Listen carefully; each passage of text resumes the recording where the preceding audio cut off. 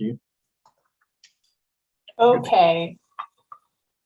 Welcome, fellow commissioners, staff, Lafayette community. Today is Monday, May 2nd. Welcome to the Planning Commission meeting. It is 7:04 p.m. You can tonight, the agenda is available on the city's website if you don't have a copy, and you can watch on YouTube. You can also watch a recording later. And you can participate tonight by calling in through the instructions on page 1 of the agenda. So I'm looking at my other screen here. We'll go ahead and do a roll call. So Commissioner Farson. Present. Hello, everybody. Hello. Commissioner Heising. Present. Commissioner Maggio. Present. Commissioner Sturm. Present. Vice Chair Lavange. Present. And I'm Chair Radnich. I am present. Commissioner Mason is currently not present. Are you raising your hand, Commissioner Maggio? No, just adjusting your light. Okay. Is there anyone who'd like to make a motion to adopt tonight's agenda? So moved. Second. Okay, thank you. A motion by Commissioner Farson, a second by Commissioner Maggio. And we can do a roll call vote, please. Commissioner Farson. Aye. Commissioner Heising. Aye. Commissioner Maggio. Aye.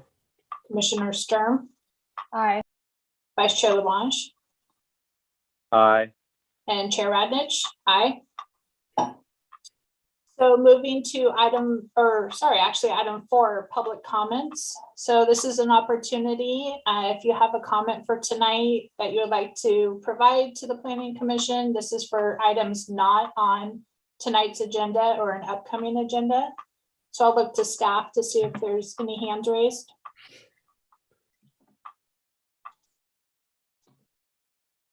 If you would like to make a comment, please go ahead and use the raise hand function. There are no callers and no raised hands.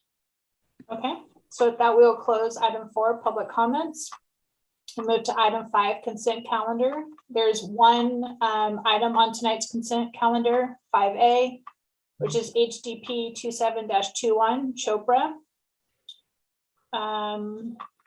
Is there a motion to adopt the consent calendar? So moved. Second. Motion by Commissioner Maggio, second by, I think it was a tie. I'm going to go with Commissioner. Oh, you're pointing to Commissioner Heising. Perfect. Thank you.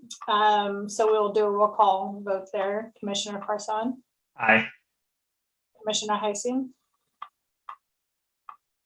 Yeah, I'm going to abstain because I wasn't at the last meeting when this Okay. item came before you. Us. Okay. Okay, thank you. Commissioner Maggio. Aye. Commissioner Sturm. Aye. Vice Chair Lavange. Aye. And Chair Radnich. Aye. So those 4 with an aye, 1 abstaining, and 1 not present. And now we can move to item 6, continued public hearing. There's none. So item 7, new public hearings.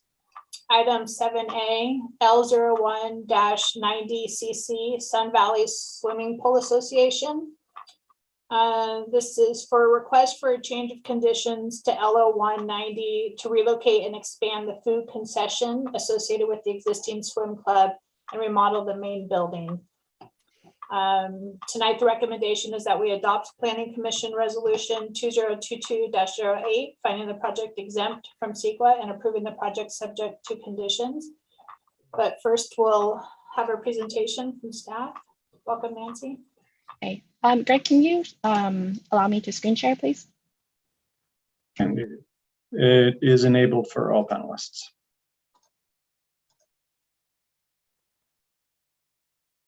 Evening Commissioners, the item before you is a change of conditions to the land use application L0190 for the recreational swim facility at 1000 Leland Drive. The subject property is zone R10 and located on the east side of Leland Drive near the city's easterly border. The city's records are unclear when the original land use was established, the recreational facility. However, the swim club has been in existence for many years and was amended in 1990 to add a detached food concession building near the southerly property line over here.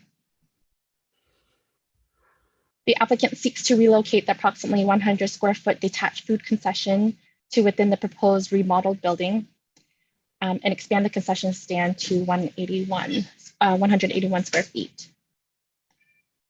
The project will not impact the privacy of the nearest neighbor. This is a view from that side. Since the expansion is proposed toward the interior portion of the building and is really only about 40 square feet expansion of the overall building area, the proposed remodel will upgrade the building, bringing it to building code and improving its exterior facade and facility grounds. These are proposed renderings of the front and of the rear. Exterior changes include minor expansion within the buildable envelope and complies with applicable zoning standards. Staff received one public comment from Jennifer Grossi in support of the proposal. The email was forwarded to the commission earlier this afternoon and uploaded online. The project will maintain the existing land use and will consolidate the concession stand to the main building while maintaining the scale and the character of the street in the minor remodel and the expansion. It's consistent with the general plan goals and does not detract from the area and existing surrounding uses. Staff can make all findings and recommends finding the project exempt from CEQA and approval with the original conditions imposed for the ancillary concession use. This concludes my presentation. Thank you, Nancy. Do any commissioners have any clarifying questions for staff? Okay, seeing heads shaking no. Nancy, thank you. We can open it up, item 7A, to public comment. So if you'd like to make a comment on this item, now would be the time to raise your hand.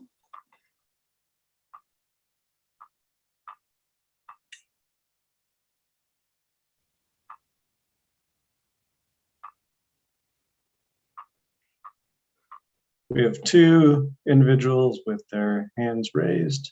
Patricia, followed by Mo Levitch. Mr. Levitch is part of the project team. Very good.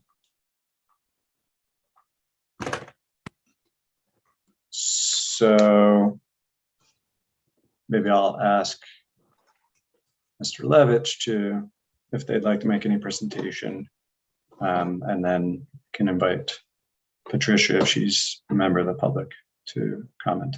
So Mr. Levitch, if you would like to make a presentation, you're in the meeting, feel free to unmute and turn on your camera if you'd like. Got it. Hi there. Yeah, I just want to let you know that I'm here. I'm Maurice Levitch, the architect. James Crinian from the Pool Association couldn't be here tonight, so just wanted to let you know I'm here to answer any questions if there are any. I have nothing really to add to the presentation.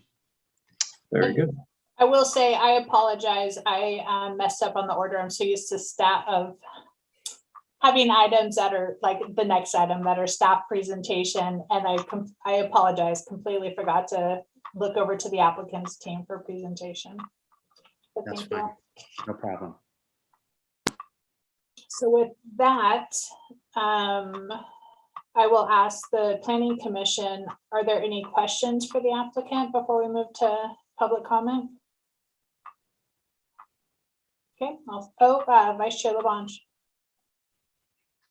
I just want to, in the staff report, it talks about the property owner is subject to the 2016 parking plan, which includes a pledge for members to walk to the pool as their first choice, contract, and this is where I just want to ask what's the status of this contract to lease 49 spaces from Sun Valley Bible Chapel on swim meet days, and then agreement with the, I don't know if I'm saying this right, the Mayor School to utilize its parking lot when not in use. if either agreement with the church and the school is terminated, the applicant shall notify the zoning administrator. So is that something that's already been negotiated or would be done in the future? Just what's the status of that? My understanding is that it's done now, and it will continue in the future. Okay, perfect. Thank you. Okay, thank you, Vice Chair Labange. Any other questions for the applicant? Okay, we'll open it up for public comment. And Patricia, we can see you. Welcome to the meeting. Hi, thank you. My name's Patricia Perry. I live at 30 Meek Place. So my backyard looks directly over to the pool.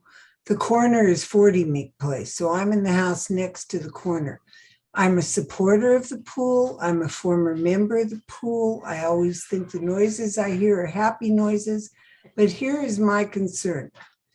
Every single day, I have the lights from the pool, once it's dark, shining into my family room and my bedroom.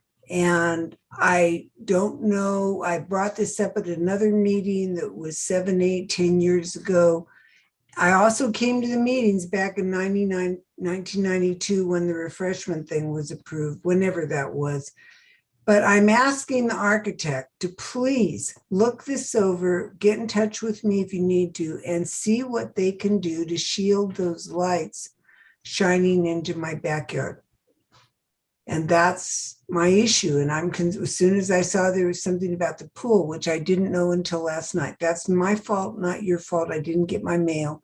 But the point is, the pool can do better, I believe, to shield its evening lighting. And remember, it's early morning lighting too. And yesterday when it was windy, the wind, I think, was making the lights come on. So then they come on for a while and I can see 2 of them. Okay, so that's my issue in case anybody has questions, but I'm affected by this, by the pool. Let's just put it like that. But as I said, I'm a supporter of the pool too. Thank you. Appreciate your comment. Are there any questions for the speaker? Commissioner Carson. Yeah, I just wanted to ask, so is it while the competitions are going on or is it around the clock? Is it motion detecting? It's every day that the pool is open. And even in the winter sometimes, of course, I haven't kept up with when the pool is open because it used to just be like April to October. And I think it's open longer now. But no, it's a constant everyday issue that shines directly into my house. Thank you. Thank you. Commissioner Maggio. Let's see. Yeah, I have a question for the architect. Do you think you can employ dark sky lighting? I don't know if this is safety lighting that we're talking about, that's all night and early morning, or I think it's on the far side of the pool from the concession stand and it's shining toward my house. Okay, yeah. So I'm wondering if the architect can employ a different type of lighting during the remodel. Totally understand your concern. Thank you, Patricia, for bringing that up. It's nothing that we've talked to the client about lately, but or at all, but I was not aware of the issue, but I'm very happy to see what we can do to improve the lighting. I've had that same issue with the neighbor in my house, and I know what you mean. So I'm very open to that. And the dark sky ordinance, that's all great stuff. So I think indirect lighting for definitely any of the new work. And if we can, I'll definitely suggest, I don't know exactly what the light source is, but I will definitely suggest shielding or changing the lighting. So thanks for bringing that up. Thank you. I think maybe if we could just focus on any questions for, I want that service. Commissioner Maggio. If we could just focus on any questions for the speaker, and then if there's any other public speakers, we'll give the applicant's team a chance to respond to comments. But I do appreciate Commissioner Maggio, the polite nudge suggestion to the applicant's team. Any other questions for the speaker? Okay, thank you, Patricia. Thank you. Do we have any other members of the public wishing to speak? If there's anyone else wishing to speak, please raise your hand now. Seeing none. Okay. So now, Mr. Levitch, this would be your opportunity to add anything additional in response to the public speaker, or just provide anything additional on the project if you wish.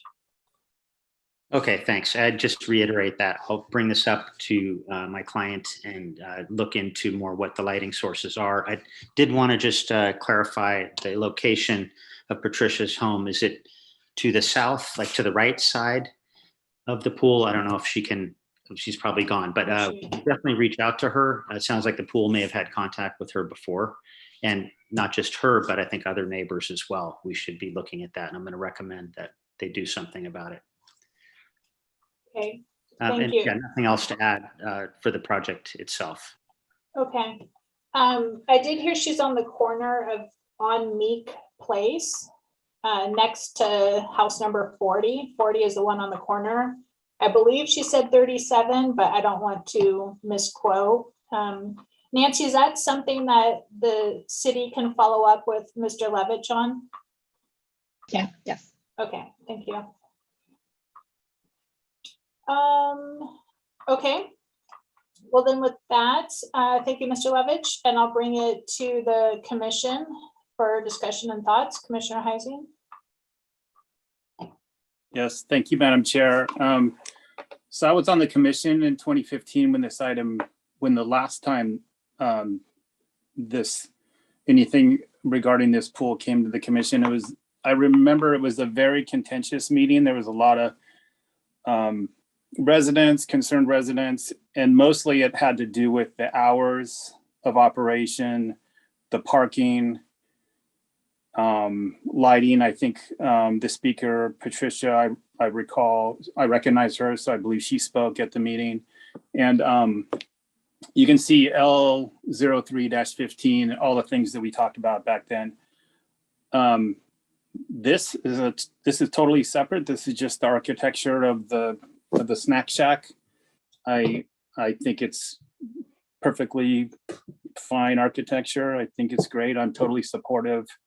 I'm just happy that we're not going back and talking about all those things again, and seeing that this, I reread the staff report a couple of times to make sure we weren't opening up Pandora's box by discussing those things, and we're not.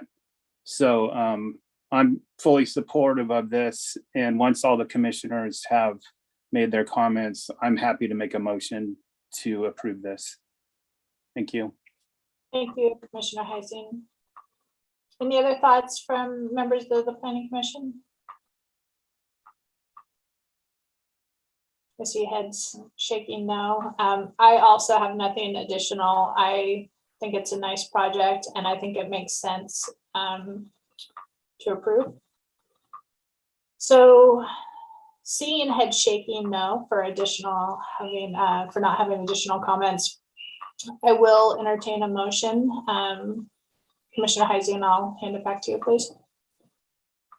Yeah, I'll make the motion to approve as written in the staff report. And I guess with the addition for follow-up with the architect, it sounds like the lighting that's bothering the speaker isn't the lighting on the snack shack itself. It's probably existing lighting. So just maybe a follow-up with the pool management. I mean, I'm sure all the parents that are managing that pool now are not the same parents that were around in 2015. So maybe just remind them of that, and maybe it's something as simple. The architect can maybe put up some shields or something on certain lights to direct the lighting down instead of across. But I'll make the motion. Okay, thank you. So Second. Thanks, Commissioner Maggio. So a motion by Commissioner Heising to adopt item 7A as presented with the addition of attention to lighting, as brought up by the public speaker tonight, and a second by Commissioner Maggio. We can move to a roll call vote, please. Commissioner Farson, Aye. Commissioner Heising, Aye. Commissioner Maggio, Aye. Commissioner Sturm, Aye. Vice Chair Larange, Aye. and Commissioner Radnich. Aye. So the item passes. I guess technically there is an appeal period. Is that correct? 15-day appeal period. 14 calendar days. 14 calendar days, I meant to say. Thank you. Item 7B, draft housing element review. Before we get to this item and before we start, I would just like to start by thanking everybody up until this point, staff, public, GPAC, anyone who's been calling in, listening, or providing feedback, no matter if it was a survey early on when GPAC was first starting. Just a lot of work went into the draft housing element that we're looking at tonight. So I wanted to acknowledge that and say thank you to everybody and to the entire community. So with that, item 7B, draft housing element review. Tonight, we're going to be holding the public hearing for this. We're going to be providing feedback to staff. And then ideally, we'd vote for a recommendation to City Council. So Renata, I will turn it over to you. Thank you. Thank you, Chair.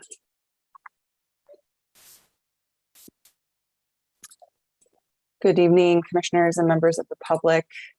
Tonight, we're reviewing the complete first draft of the housing element, and we will be first going through a summary of the timeline, the big picture timeline, so all of these moving pieces with regards to the housing element, as well as next steps for the next month or so for review of this draft. After the staff's presentation, we'll be available to answer any questions that the commission has and have some discussion about the draft and receive feedback.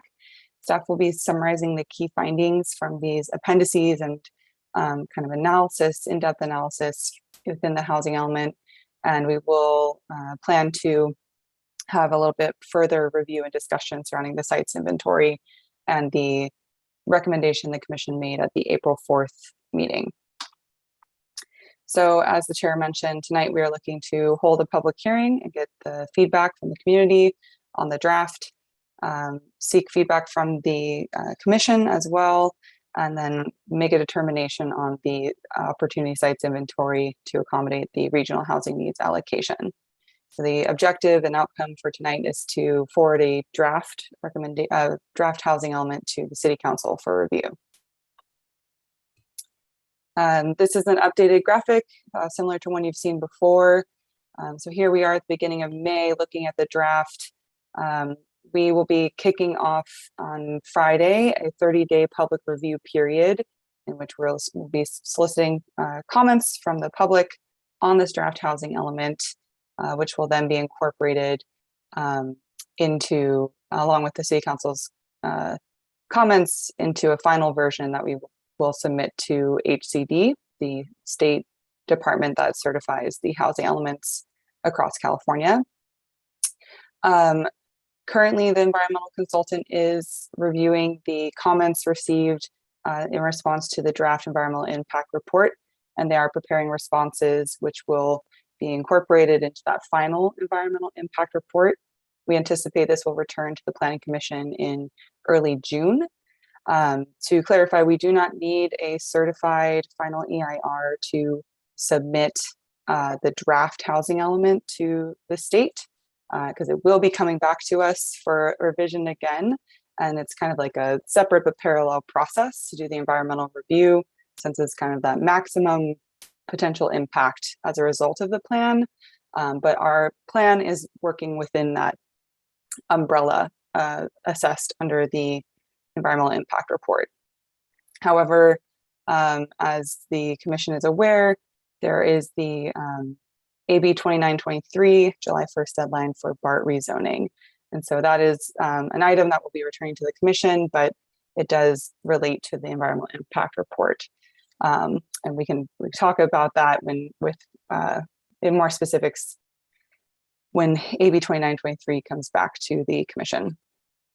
And after our submission to the state, we anticipate about a 90-day review for the initial draft, after which point the city will receive a comment letter, and staff will update the draft and return to both Planning Commission and City Council for revisions. So tonight, again, we are looking at this complete draft, and if the commission does vote to forward the draft to City Council, that would be reviewed in pieces, so to give them time to digest and provide thoughtful feedback on each of these components.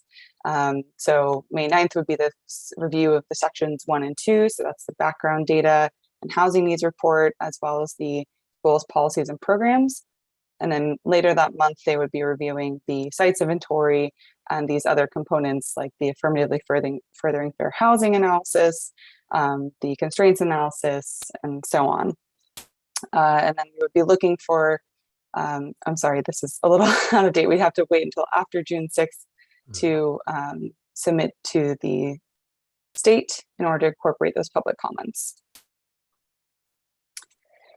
So now moving on to the draft housing element, the document is structured and formatted with a main body document that kind of summarizes the key findings within all of coming from all of the required analyses. However, the appendices are those full analyses that are largely required by the state. So as we mentioned, there's the 70-page or so housing needs report. There's the constraints analysis, the 116-page affirmatively furthering fair housing analysis and fair housing action plan, and so on. Within this main body, we also have the quantified objectives. This is not explicitly in an appendix, I believe, but it's kind of looking forward of what we anticipate to be built out in the 8-year planning period between 2023 and 2031. So it's kind of an assessment of the city's funding availability as well as housing production during the last cycle. And so we're anticipating an expected development of 1,400 units with 448 of those to be affordable. As part of this analysis, we are required to assess how much it would cost alternatively for the city itself to build those affordable units. And that would come out to $315 million. So now we will just do a brief summary of the key findings from these appendices, just for those who weren't able to dig through the entirety of the document. So this is one of the required components of the housing element, and it was provided by the Association of Bay Area Governments, otherwise known as ABAG. So some of the key challenges that were identified for lower incomes households in Lafayette were cost burdens. So typically 30% of household income going toward 30% or more of household income going towards housing as an expense indicates their housing cost burden. So the aim is to keep households' budgets for housing beneath that threshold. However, in Lafayette, there are 72% of the households are in neighborhoods that are too expensive for these lower income households. Live in neighborhoods that are too expensive for these households. Many of the new jobs that will be coming toward the region will be more lower income wage job positions. And then somewhat related, the people of color in Lafayette have disproportionately low incomes and as a result have greater housing concerns given the cost of housing in this area. And we've seen that people who move in more recently are more likely to be renters. Within the same appendix, we found that Lafayette is a high resource community based on the data. So that means high wages, and Diana, fill me in if there's anything I'm missing. High wages, I think good schools are part of this component as well, that designation. So since the 2000 census, Lafayette has grown more diverse, as shown in the bottom right, and our housing stock is not overall in poor condition. And we have very little overcrowding, which means more people than the structure could reasonably accommodate. And finally, this appendix also includes stories provided from our community members about their experiences with housing in Lafayette. So Appendix B is our constraints analysis. So this is another required element of or component of the housing element. In this analysis, we look at non-governmental constraints. So those are things that are not within the government's control, however, can have a severe impact on the production of housing in the city. So for example, there's financing availability, interest rates, kind of how much is it costing to buy land and develop it. And that plays into the construction and labor costs as well. We found that it's about $700,000 per unit to build in Lafayette.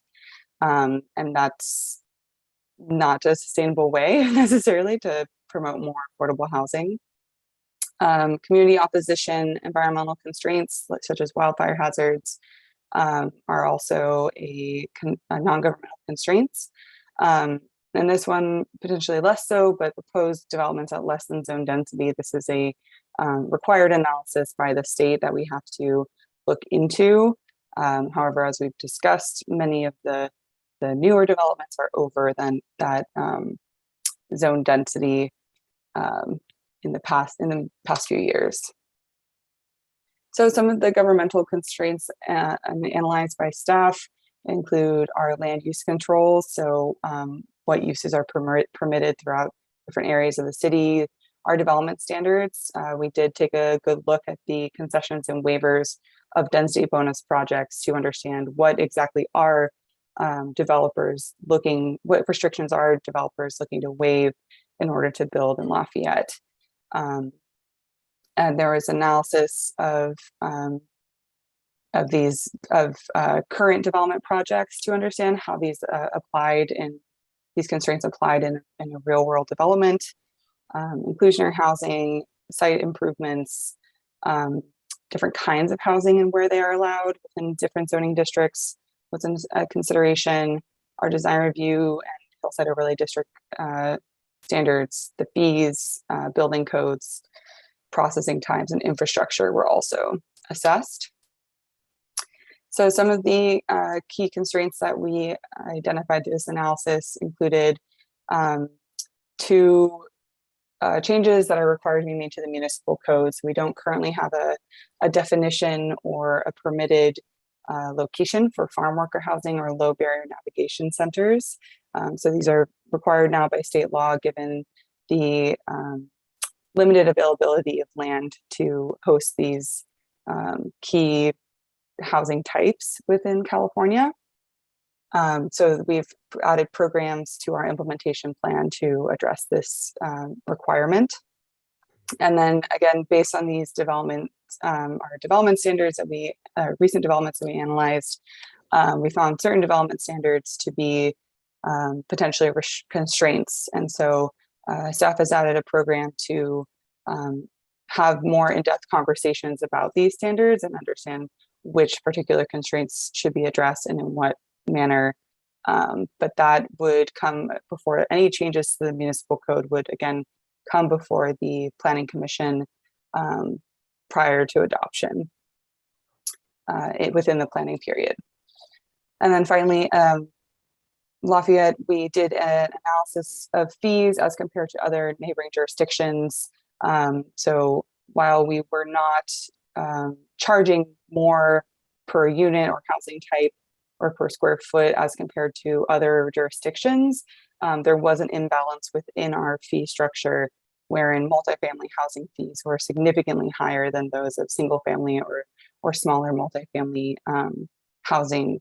And so there is an existing program within the implementation plan to update our Nexus fees through a fee study. But in addition to that, staff plans to look at a different mechanism by which we charge these fees to create a more balanced approach to levying development fees. So Appendix C focuses on housing resources, and this is kind of an assessment of the programs available in the city to promote housing development. So many of these are financial resources, so grants and different state and federal funding programs, as well as administrative resources like city staff and housing authority staff. And then of course, within this appendix, there's also the inventory of sites. So this is where we outlined the methodology of how the site was developed, breaks out how many projects in the pipeline, how many accessory dwelling units we anticipate being built within the planning period, affordability within the inventory, non-vacant sites analysis. So how do we know that sites with existing uses will be redeveloped in this period? Overlaying the site's inventory, into the affirmatively furthering fair housing. So making sure we're not clustering these sites in areas that have concentrations of poverty and saying that's where all the affordable housing will go. So it's one of the analyses that we have to do. And we will discuss in greater detail kind of the any modifications to that inventory. So we've discussed the affirmatively furthering fair housing, or AFFH analysis previously. So this is a key component of the housing element this cycle.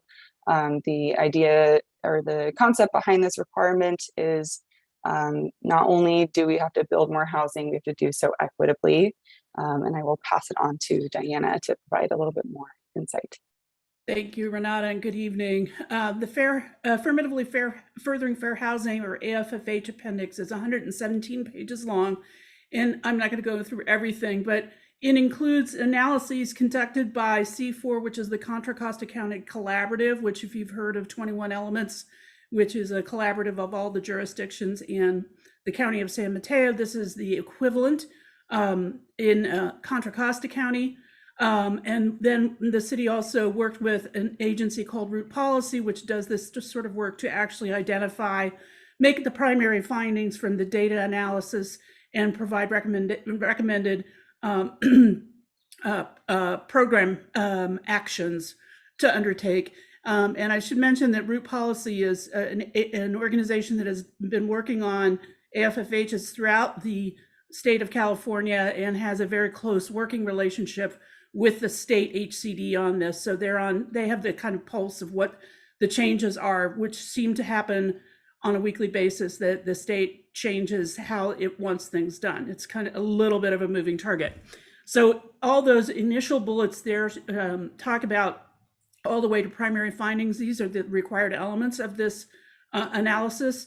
The attachment includes a study by UC Merced and ABAG on the segregation and integration. We also have included some quotes and narrative from the outreach that we conducted. It has key state laws, and it includes a complete regional assessment of fair housing conducted by C4, which is basically the county. Next slide, please. The key findings, some of them are, while increasing diversity over time, and Lafayette has been the case, it's much less racially and ethnically diverse compared to the region or county as a whole. That means that there are not as many opportunities for people currently who might want to live here to live here. Neighborhoods that may be vulnerable to displacement are also the locations where there are affordable units, which is primarily in the downtown. And when we talk about affordable units in this instance, we're talking about so-called naturally occurring affordable units. You may have heard of that. It's basically, it's not the greatest apartment building and people have been living in it for a long time, and so their rents aren't quite the same as market. These are the kinds of developments that are at risk of displacement. Next slide, please. Among the other findings include, because of income and renter segregation means that lower income households are concentrated already largely in the downtown, which is in the world of AFFH, something that we want to avoid. That the idea is that we don't want to contribute to further concentrations of lower income households. However, trade-offs are really needed in this instance. Fortunately, the city is completely highest or high resource areas, which is where the AFFH requirements want us or require us to locate potential affordable housing. The trade-offs needed in this instance is we could disperse lower income units throughout the community. However, they wouldn't have access to services and transit. Plus, you have the vulnerability of the very high fire hazard severity zones. So the idea of distributing units that of the lower income variety throughout the community, even in places that have never seen this type of development, is a trade-off that we have to make in order to ensure the community remains, that these new developments will receive the kinds of support, access, transit, et cetera, and evacuation routes. Next slide, please. I'm not going to go through each one of these items because they're obviously in your packet, but I wanted to address that each action area, this is documentation provided by partly by root policy and also staff work. We have to come up with very detailed quantified objectives of what the plan is. Many of these items have to be done in conjunction with other jurisdictions. This is an abbreviated table, but we have to provide detailed dates and times when we are going to do these efforts.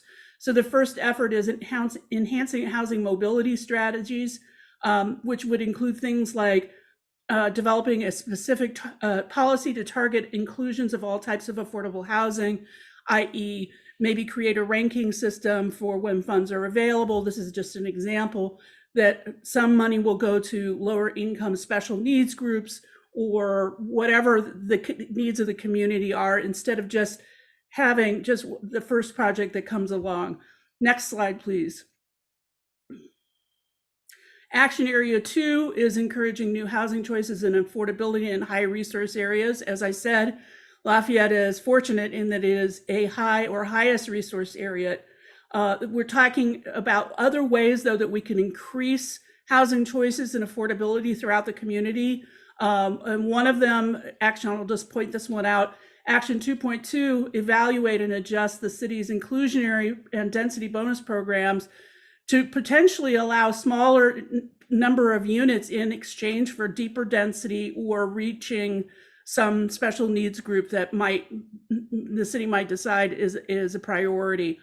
This is actually the city of Lafayette. This is not the only city that's doing this. Many jurisdictions are looking at this as a way to reach the most deeply lower income households. We now have a new income category called acutely low income, which is even below extremely low income. Next slide, please. Area 3 is improving place-based strategies to encourage community conservation and revitalization. And one of these ways that we can look at that is evaluating the need for housing rehab in some of the older apartment buildings in the community, and creating a plan to support rehabilitation efforts, maybe working with the county. Obviously, the city may have some funding for this, but a lot of times it's the county that will have funding. So this would require a best practices kind of research and complete the review and then develop a policy by, that should be 2026 with implementation in early 2027. And the last area that we're required to look at is protecting existing residents from displacement. The city has in this new housing element a program that actually will respond to state law requiring replacement of units that had been occupied by lower income households if they're demolished. And the city can look at more other ways that it could kind of provide a greater assistance to keep displacement from happening. Next slide, please. So with that, I'll turn it back over to Renata to talk about the review of the prior element. Thank you. The review, Appendix E is the review of the prior element. So it's effectively a look back to see what worked and what didn't work. So in our review, we found that many past programs in the previous housing element were kind of ongoing items. And so as we discussed with our goals, policies, and programs development this cycle, we found that to be ineffective because there wasn't a clear task to be done by a certain timeline.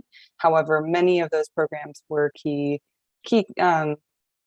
were good best practices, as Diana said previously, that we found would be more effective as policies to be ongoing as part of our implementation of this housing element. So with our goals, policies, and programs this time around, we tried to be more actionable, and that was effectively the finding of our review of the prior element, is that many things were ineffective because they lacked that action and task focused.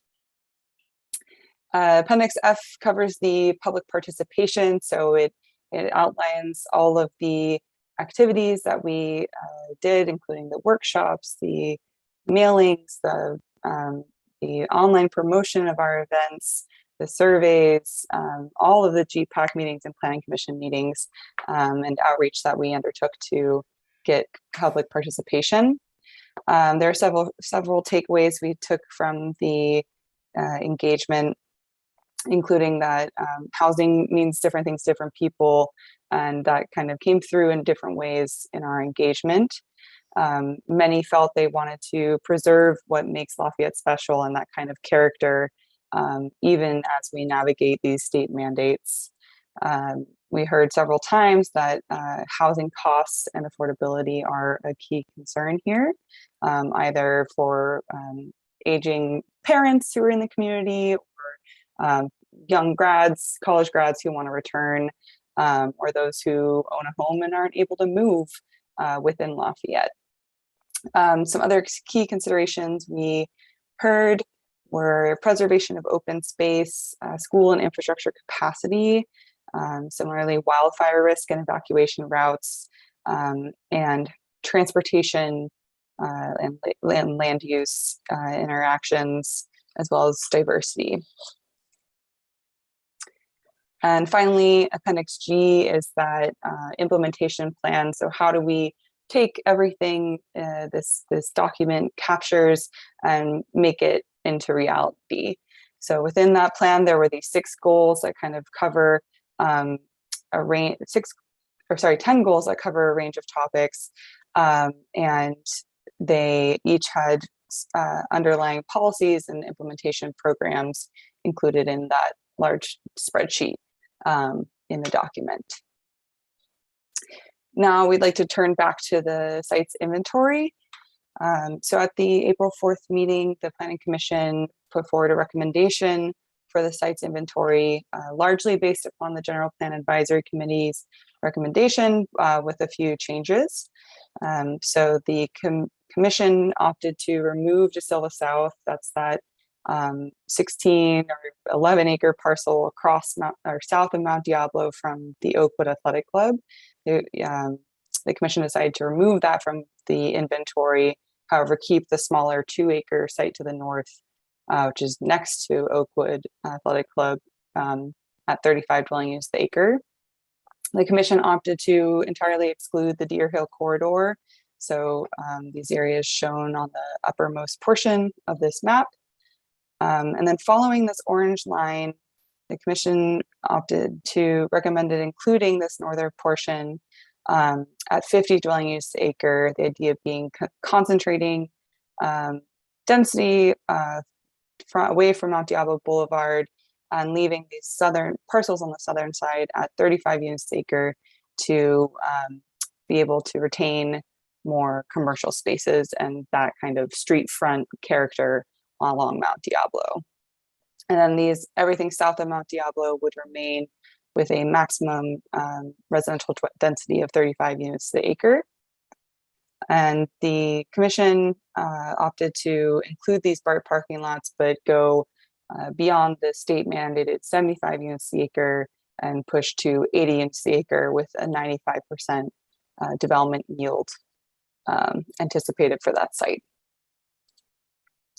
So with this analysis, staff went back to the spreadsheet and input the recommended split and densities that the commission came up with on April 4th, and found that the buffer would actually be a bit low for what would be recommended for submission.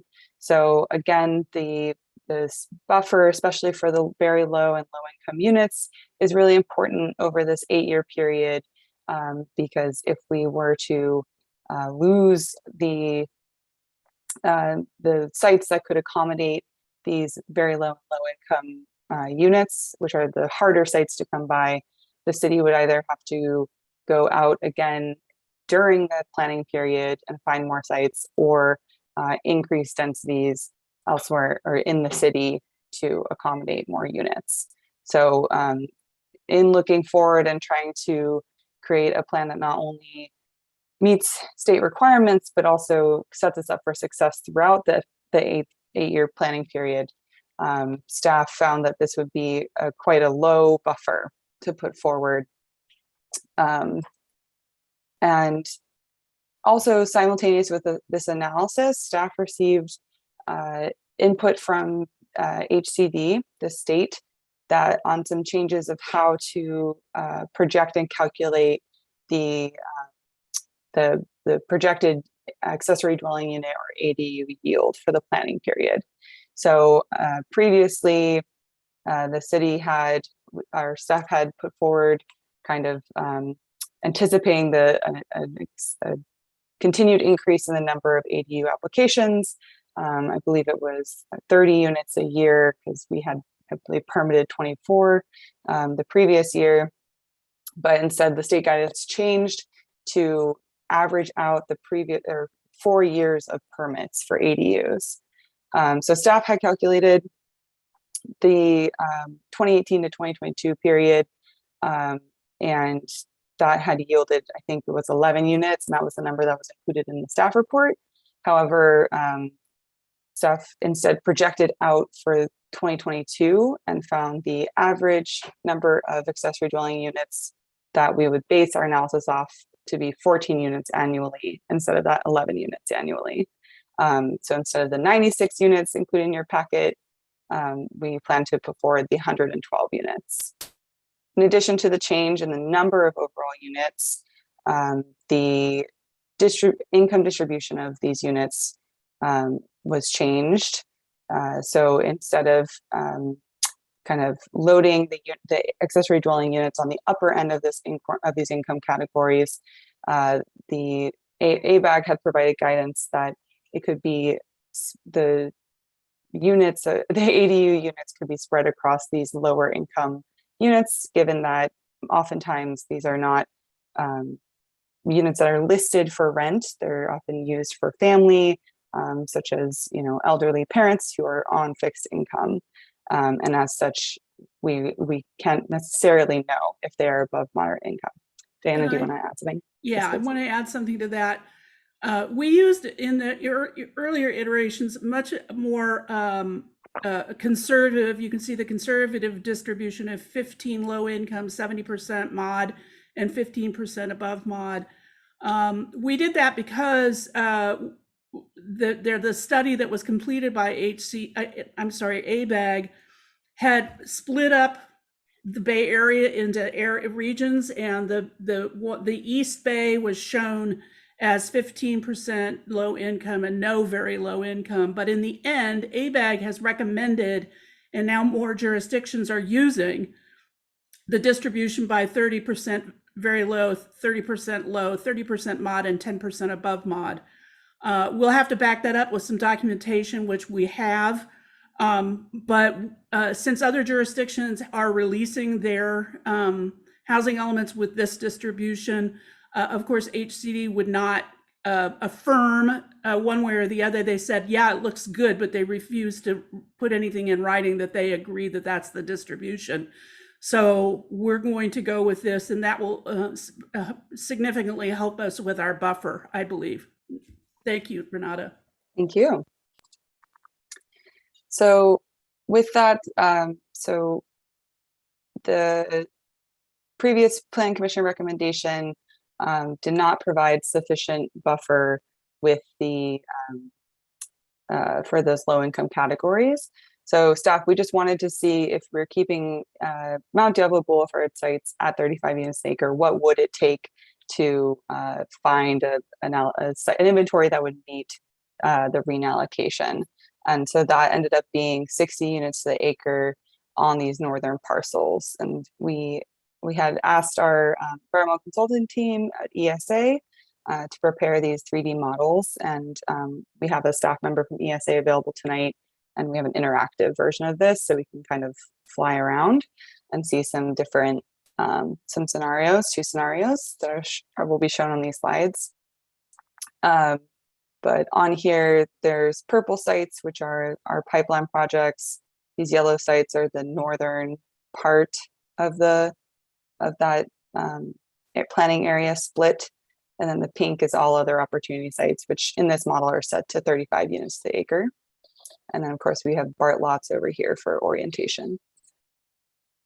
So in the staff report, staff had presented an alternative scenario wherein the northern parts of areas 1, 3, and 5 were set to 50 units to the acre, and the southern parts were actually 40 units to the acre.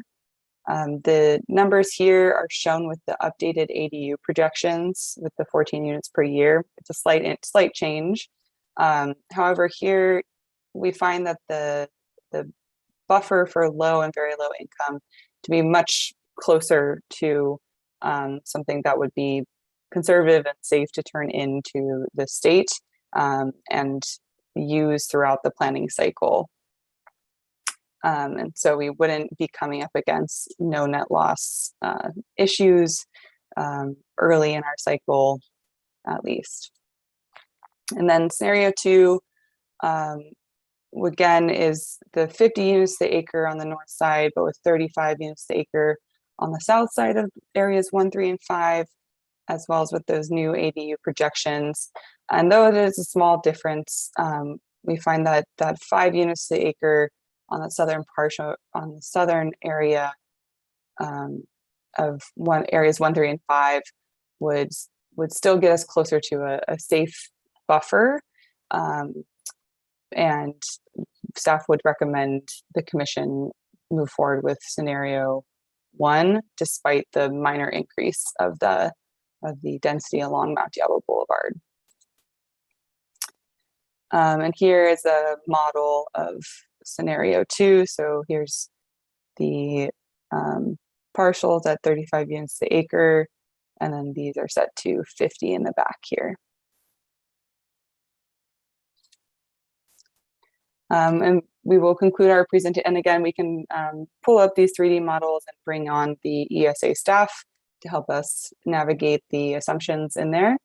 But we recommend the commission ask questions of staff if there are any after this presentation, receive public comment, review the housing element, provide feedback, and then make a recommendation or make a motion to forward the draft housing element to City Council with a recommendation to submit to the California Department of Housing and Community Development. You're available for any questions. Thank you, Renata and Diana. Thank you. I will welcome planning commissioners if you have any questions for staff. And while you're thinking of those questions, just to let the community know, we're going to ask questions of staff. We're going to open it up for public comment. Then the planning commission will go through, once public comment is done, the planning commission will come back together and go through and discuss everything in front of us tonight. And so we will go kind of appendix by appendix, but we will have one single opportunity for public comment. So just please keep that in mind. If there's anything you would like to bring up tonight for public comment, if you're a member of the community, just please speak when you do have an opportunity. Commissioner Maggio. Thank you, Chair. Well, I thought I'd lead off the questions for staff, and this first question pertains to scenario 1 versus scenario 2. So in scenario 2, we are leaving the frontage on Mount Diablo at 35 dwelling units per acre. In scenario 1, we're increasing it to 40. My question for staff is, what effect do you think that change from 35 to 40 might have on retail and service business?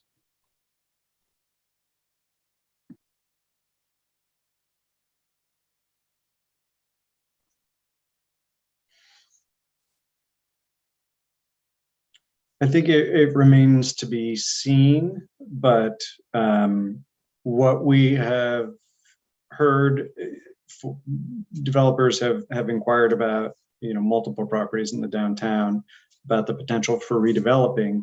And currently at 35 dwelling units per acre, it's not penciling because of land costs, construction costs, both for labor and for materials. And so projects aren't happening. We've also heard that ground floor commercial is either an additional cost or net neutral for the project. So it's not a money maker for the project. And so if it is incorporated as a function of the city's requirements and desires, that needs to be offset by additional density and dwelling units that actually provide the revenue to make the project pencil. So if anything, it should support ground floor commercial for future projects. Thank you. Thank you, Commissioner Maggio. Did you have any other questions, Commissioner Maggio? Okay. Commissioner Farzan has his hand up, and then we'll go to Commissioner Sturm and then Vice Chair. Commissioner Farzan. Apologize. Thank you, Chair. And thank you, Renata and Diana. So I've got a bunch of questions, but I'm going to focus on 2 areas, then I'll hand it off so I don't take up all the airspace at the beginning. So I want to focus in on the buffers. And I'm still a little bit confused here. So we've got the scenario that we asked staff to look at, the PC proposal. I won't say that was a recommendation. That was something to look at. So I just want to be clear on that part. So with that, we have a 16% and 40%. That gets us to a 24% buffer. Scenario 1 has a 22-40 that gets us to let's see here. Scenario 1 is 22% and 40%. And then scenario 1 is 22 and 40. Scenario 2 is 21 and 39. So I'm trying to understand, why is there such a hesitancy with respect to the PC scenario to look at a 25% versus 28% on the high side? What's the difference there? Does that question make sense? I don't know if Renata can bring up the slides so I can see. I think that what we were saying was that the original suggestion for us to look at, go to the one, what was the Planning Commission's original one? Right there. That's 16% for very low is too low, in my opinion. We have a buffer of only 93 units. That means once 3 or 4 developments eat those 93 units up because they're all above moderate income, we now have to do a new scout for sites, we have to upzone something, but it will cause us to scramble. And the idea is to get, not the percentage number doesn't mean as much to me, well, it does, but it's the number of units in the buffer that's the issue. Less than 100 units is, to me, problematic. I don't want us to have to rezone, upzone in essence, midway through a housing element cycle, or find new sites within a housing element cycle, because when we lose those 93 units, which potentially we could by other development, we're immediately out of compliance. So the idea is to sort of hedge our bets and get more units that would end up in the VLI category, so that we can feel a little bit more comfortable about not having to do that exercise in the middle of the inventory. Renata, do you want to go to the next slide, please? That one. So that one goes from 90 something to over 130. That feels better to me. And the low income, I mean, in a sense, the buffer, it could be thought of as both at 29%, but I feel very uncomfortable about putting forward a housing element that has such a low buffer for VLI. So, what's the scenario 2? So this one is 127 units, still not ideal, but it's better than what we originally came up with the Planning Commission with the original recommendation to look at. Do you recall what the VLI buffer was on the original recommendation from staff? Not off the top of my head. I defer to staff.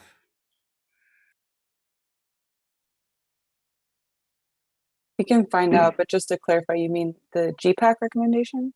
Correct. Okay, we can look into that. Yeah, because again, it's the same thing I said last time. There are rules to follow, and we're following the rules, but then we're told those rules are probably not going to be followed. They're going to be harder. So this is the part that I keep getting lost on here. We're supposed to have a certain percentage of a buffer, which we clearly have in each of these scenarios, but then we're told HCD is not going to accept the buffer that they said to follow. So this is the part that I'm having such a hard time about. I know, and it is a moving target, and I think that HCD will question a 16% buffer, and I think my concern is more to make sure that we have enough units in the buffer that the city doesn't have to go back and rezone. That's what we need. You know, I recognize that this is a math game. You know, we have to demonstrate that we have enough land zoned at appropriate densities to meet the RENA allocation, which we do. And if we have a low buffer that says let's say 16%, it's 90 units or something, less than 100 or something, the state is going to be watching to make sure that we don't go under that number. And then they're going to send their new housing accountability unit out to say, okay, you now have to rezone land or find new sites. And, you know, we took months to find sites. We did an exhaustive review of sites to say that there are still sites out there is pretty, you know, pretty, I don't know. They're not there. We've done it. And I think that we've also, you know, clearly have heard the people talk about not wanting to upzone places like Deer Hill, the De Silva site and the south portion, et cetera. So I don't think there are sites to squeeze out there. Then our only option would be then to upzone. So I don't want to get us into that discussion with HCD for as long as possible. Okay, thank you.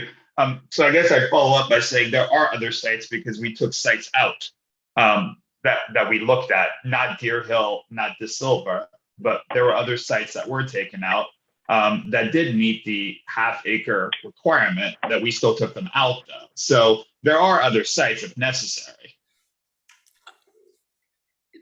I defer to your wisdom. It's just coming from where I sit and see what HCD is about, and that having a buffer of this size would be really helpful for us to have, as long as we're still under 3,400 units as reviewed in the EIR. And Thank you. Diana, correct me if I'm wrong, it's not just whether or not a parcel is over half an acre. The state is also looking quite closely at what the existing uses are and the feasibility for redevelopment in that. And I think that was one of the larger concerns for many of the sites that were previously put forward, was the justification that, for example, a retail plaza with multiple national chains in it and is not likely to be redeveloped for housing, particularly when the owner isn't explicitly saying they are looking to redevelop into housing.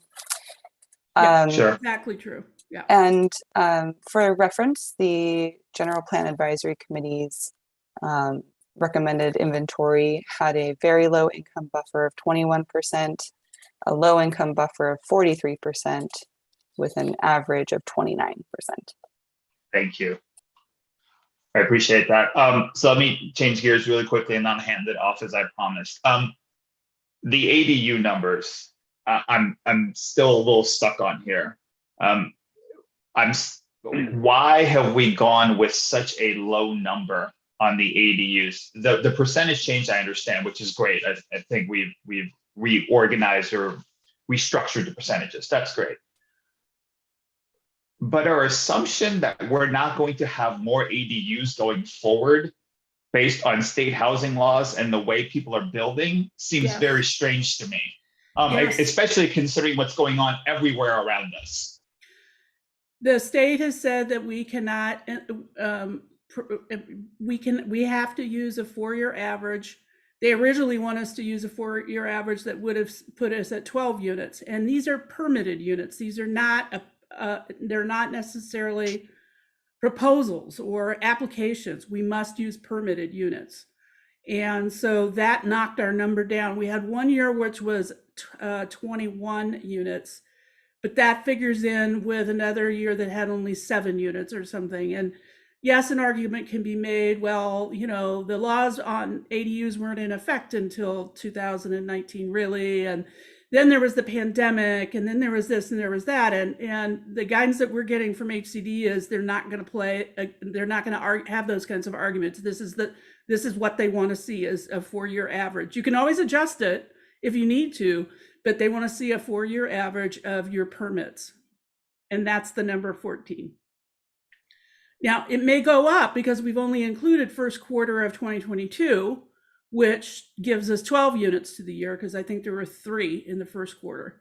So maybe things will ramp up over the summer, in which case that number could potentially go up, and then we're sitting well. But if it doesn't, then we're really stuck with what we've got.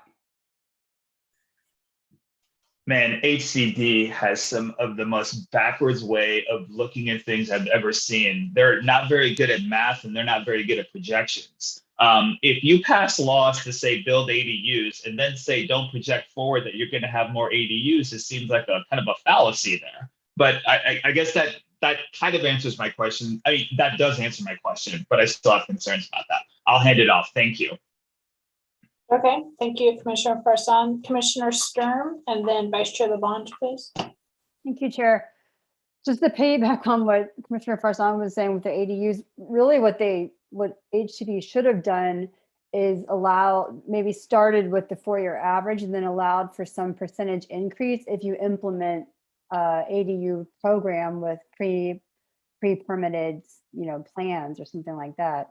I'm surprised that they didn't do that, because since so many towns are trending. Anyway, I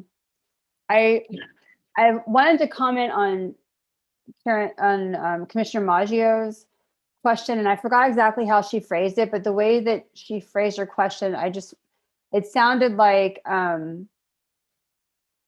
she was thinking that the scenario 1 and 2 were still a split block scenario, and I just wanted to point out that it's the entire, my understanding, or I guess ask for clarification. My understanding based on the description is the entire, like scenario 1 would be the entire north side north of Mount Diablo 50 dwelling units per acre, south side entire area 40, and then 2 was 50 and 35. Is that right?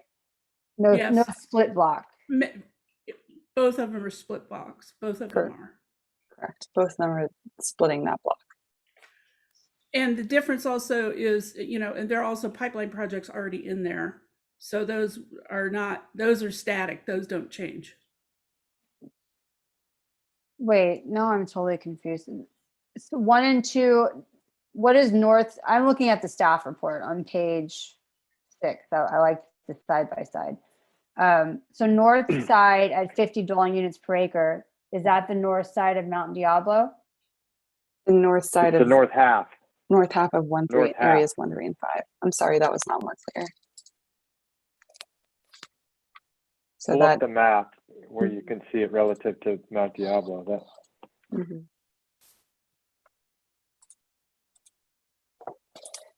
So in scenario 1, this portion between the highway and the yellow line is 50 units to the acre.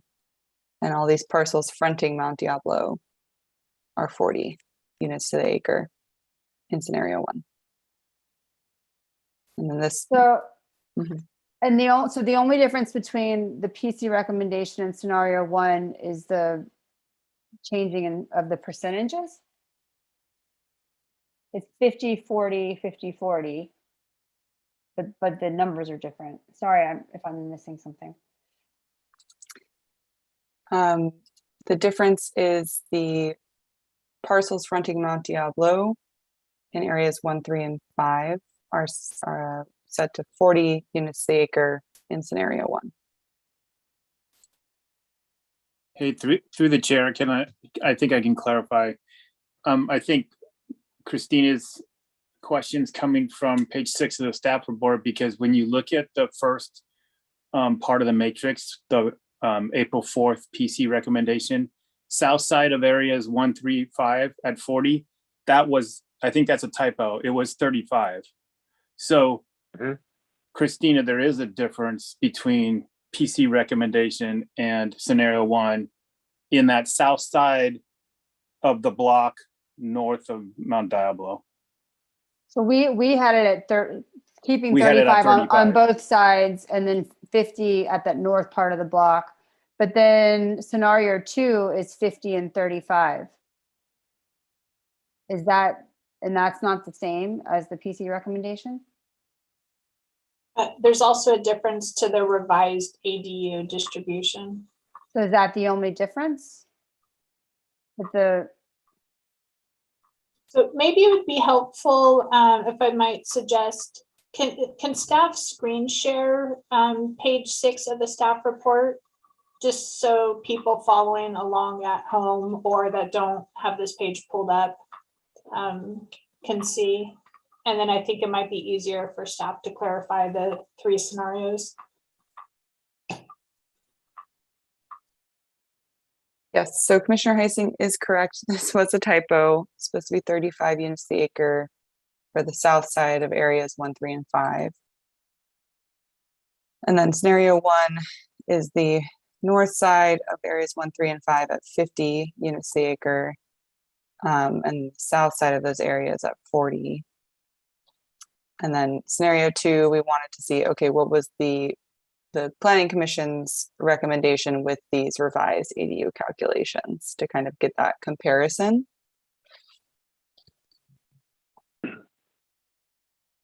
So the calculations are correct. It's the typo in the 4.4 PC recommendation. That's the typo that says 40 when it should say 35. But the calculations themselves are correct. Okay. So I guess I'm sorry. I think I'm confused. Why is staff? So we talked about, I understand the 16% buffer for very low income feels too low, and staff feels there's a high likelihood that would be questioned.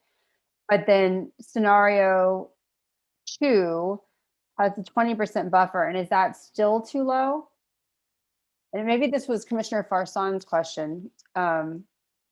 I believe, and Greg, correct me if I'm wrong, I think that the reason staff is recommending the one that puts it at 40 units to the acre rather than the adjusted PC recommendation, if you will, is because those extra 5 DU per acre will potentially help development along Mount Diablo with the difficulty that developers are getting in order to, offset the cost of construction for commercial by giving them more units.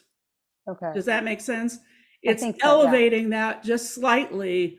Between scenario 1 and scenario 2, the issue isn't so much about the buffer. It's really about, making sure that developers have the resources and the flexibility to develop if they're going to do commercial as well as housing. So this Does that measure, summarize it pretty well? Or not at all? what I understood you say is this measure isn't just about bumping the numbers, it's about helping with the problem so that our plan is actualized, that Right. it works with the market. Okay.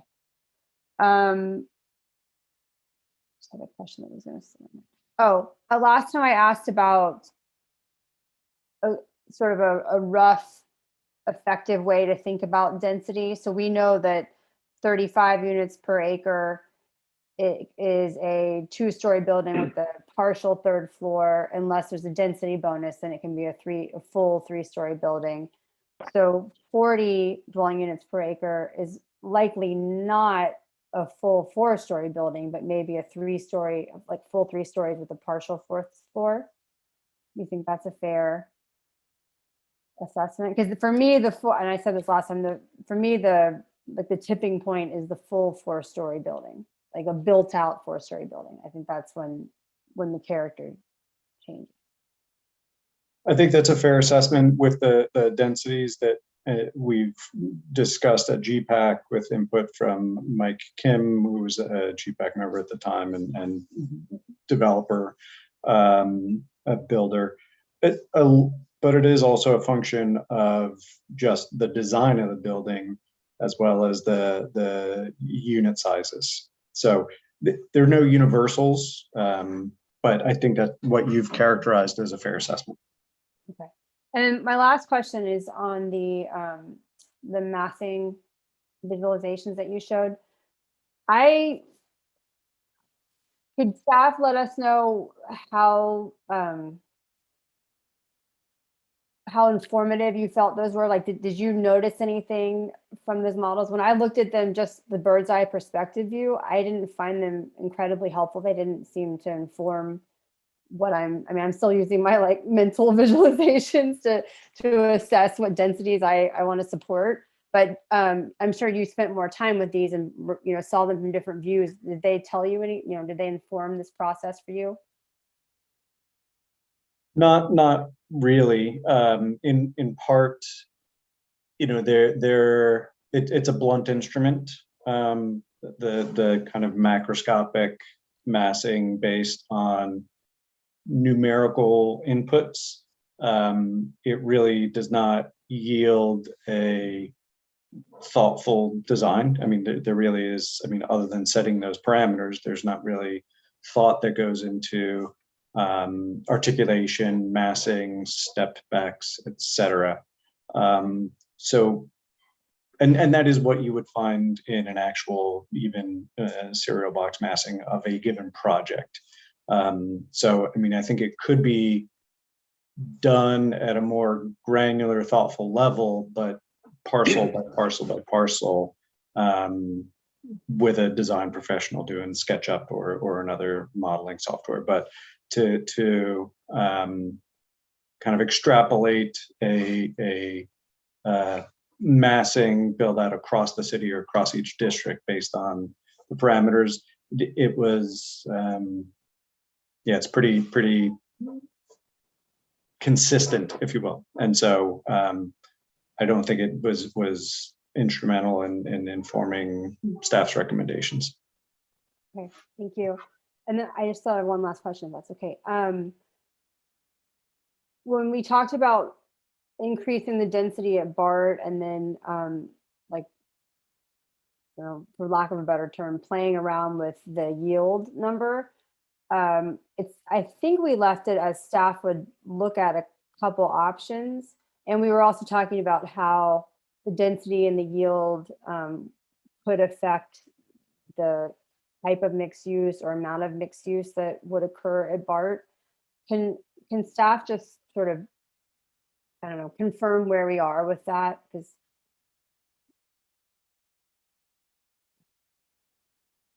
I don't think that has evolved since the last discussion. I can't recall what our last meeting with Bart, if it preceded your last meeting, but it's still too early to extrapolate that out. And so I think we're just being conservative with the 95%, not dissimilar from the Boulevard and the downtown, with the understanding of what we spoke to previously, is that ground floor commercial wouldn't necessarily occupy the entirety of the ground floor. It would be a certain depth of the bay, and that fronts the either the street or internal street or open space. So that hasn't evolved at all with BART. okay. Yeah, no, I thought staff was going to, like, I don't know, think on a little more and like play around with the density versus the percentage yield. And I was confused because when we were talking about allowing for mixed use in the downtown corridor, we were saying in order to do that, you needed to keep your yield at 90%. And then when we were talking about the BART lot specifically, we were saying, well, what if we upzone a little bit more and we go to 95% yield? What does that do? And then I asked a question, I think of Diana, with 95%, could we still have some mixed use? And she said yes. So is the answer that with 95% you could have mixed use, but it would likely be partial first floor mixed use? And if yes, is that reasonable? Like if you have, I don't know, retail or commercial in part of the first floor, are you really going to have housing units behind that at grade? I think there were a couple of questions here. I know what you're referencing, and I think that we talked about 75 units to the acre at 100% versus 80 units to the acre at 95%, and that felt to us, from my perspective, staff may disagree, or not disagree, but have other ideas here.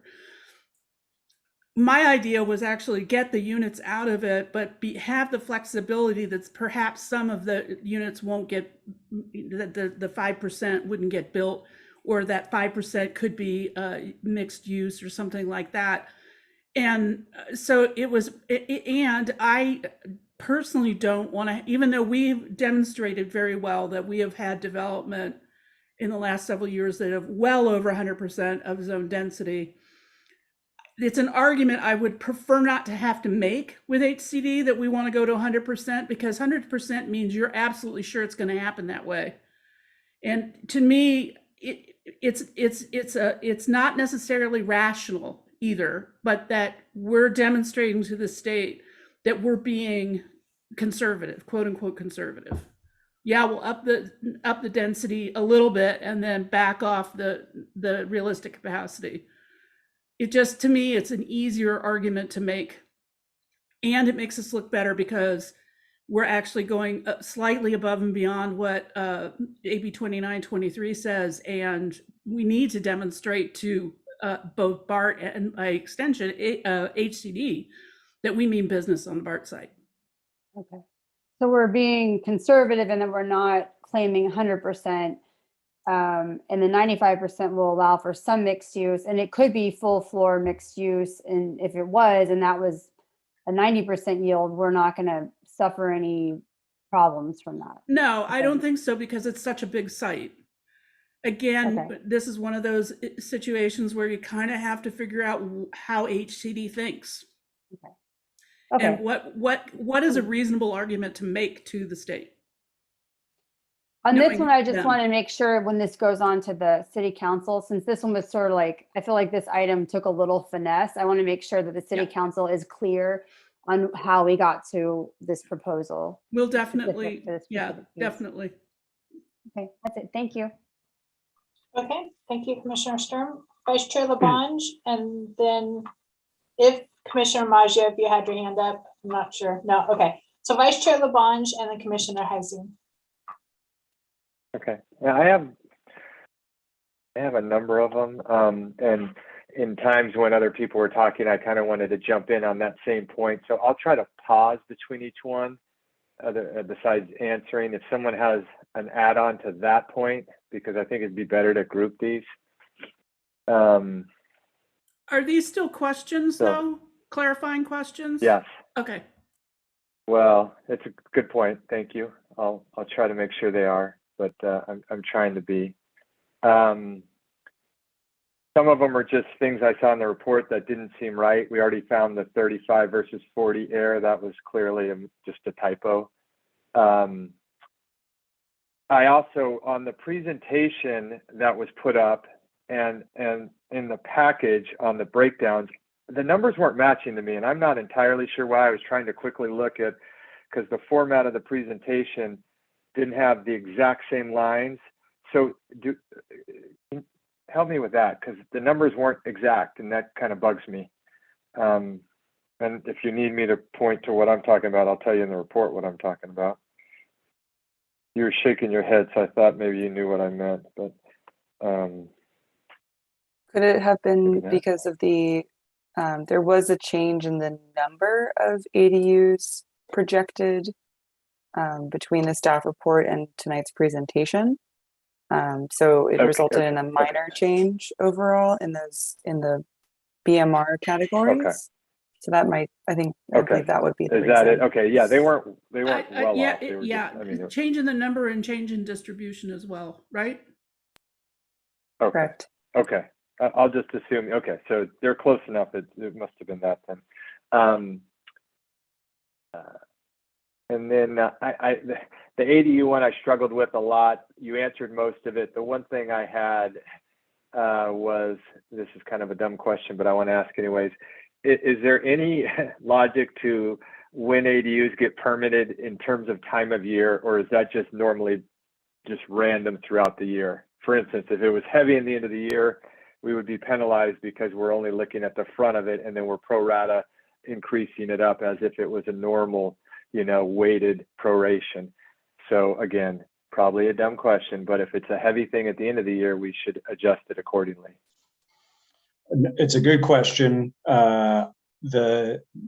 Historically, I don't believe there has been a clear pattern, and it's not the largest data set either. But I agree with the comments from the commission that taking a 4-year running average doesn't make sense to me when we've clearly seen an upward trend.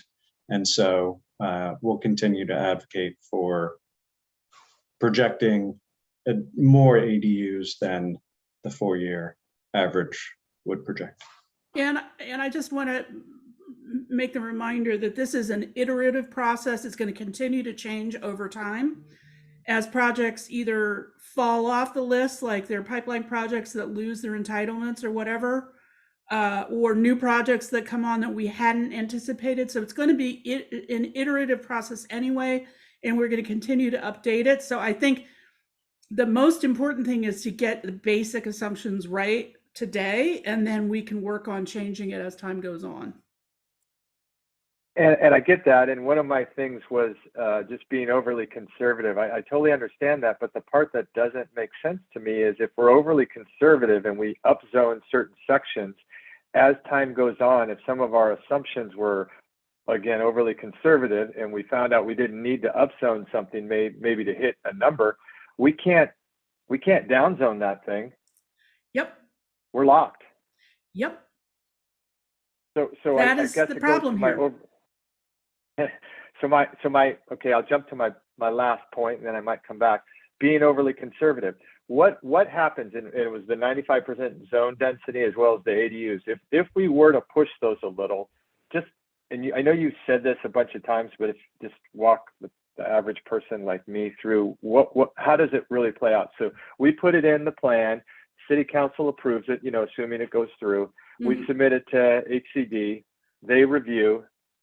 If they don't like it, kind of help me, what happens then? Do we just resubmit?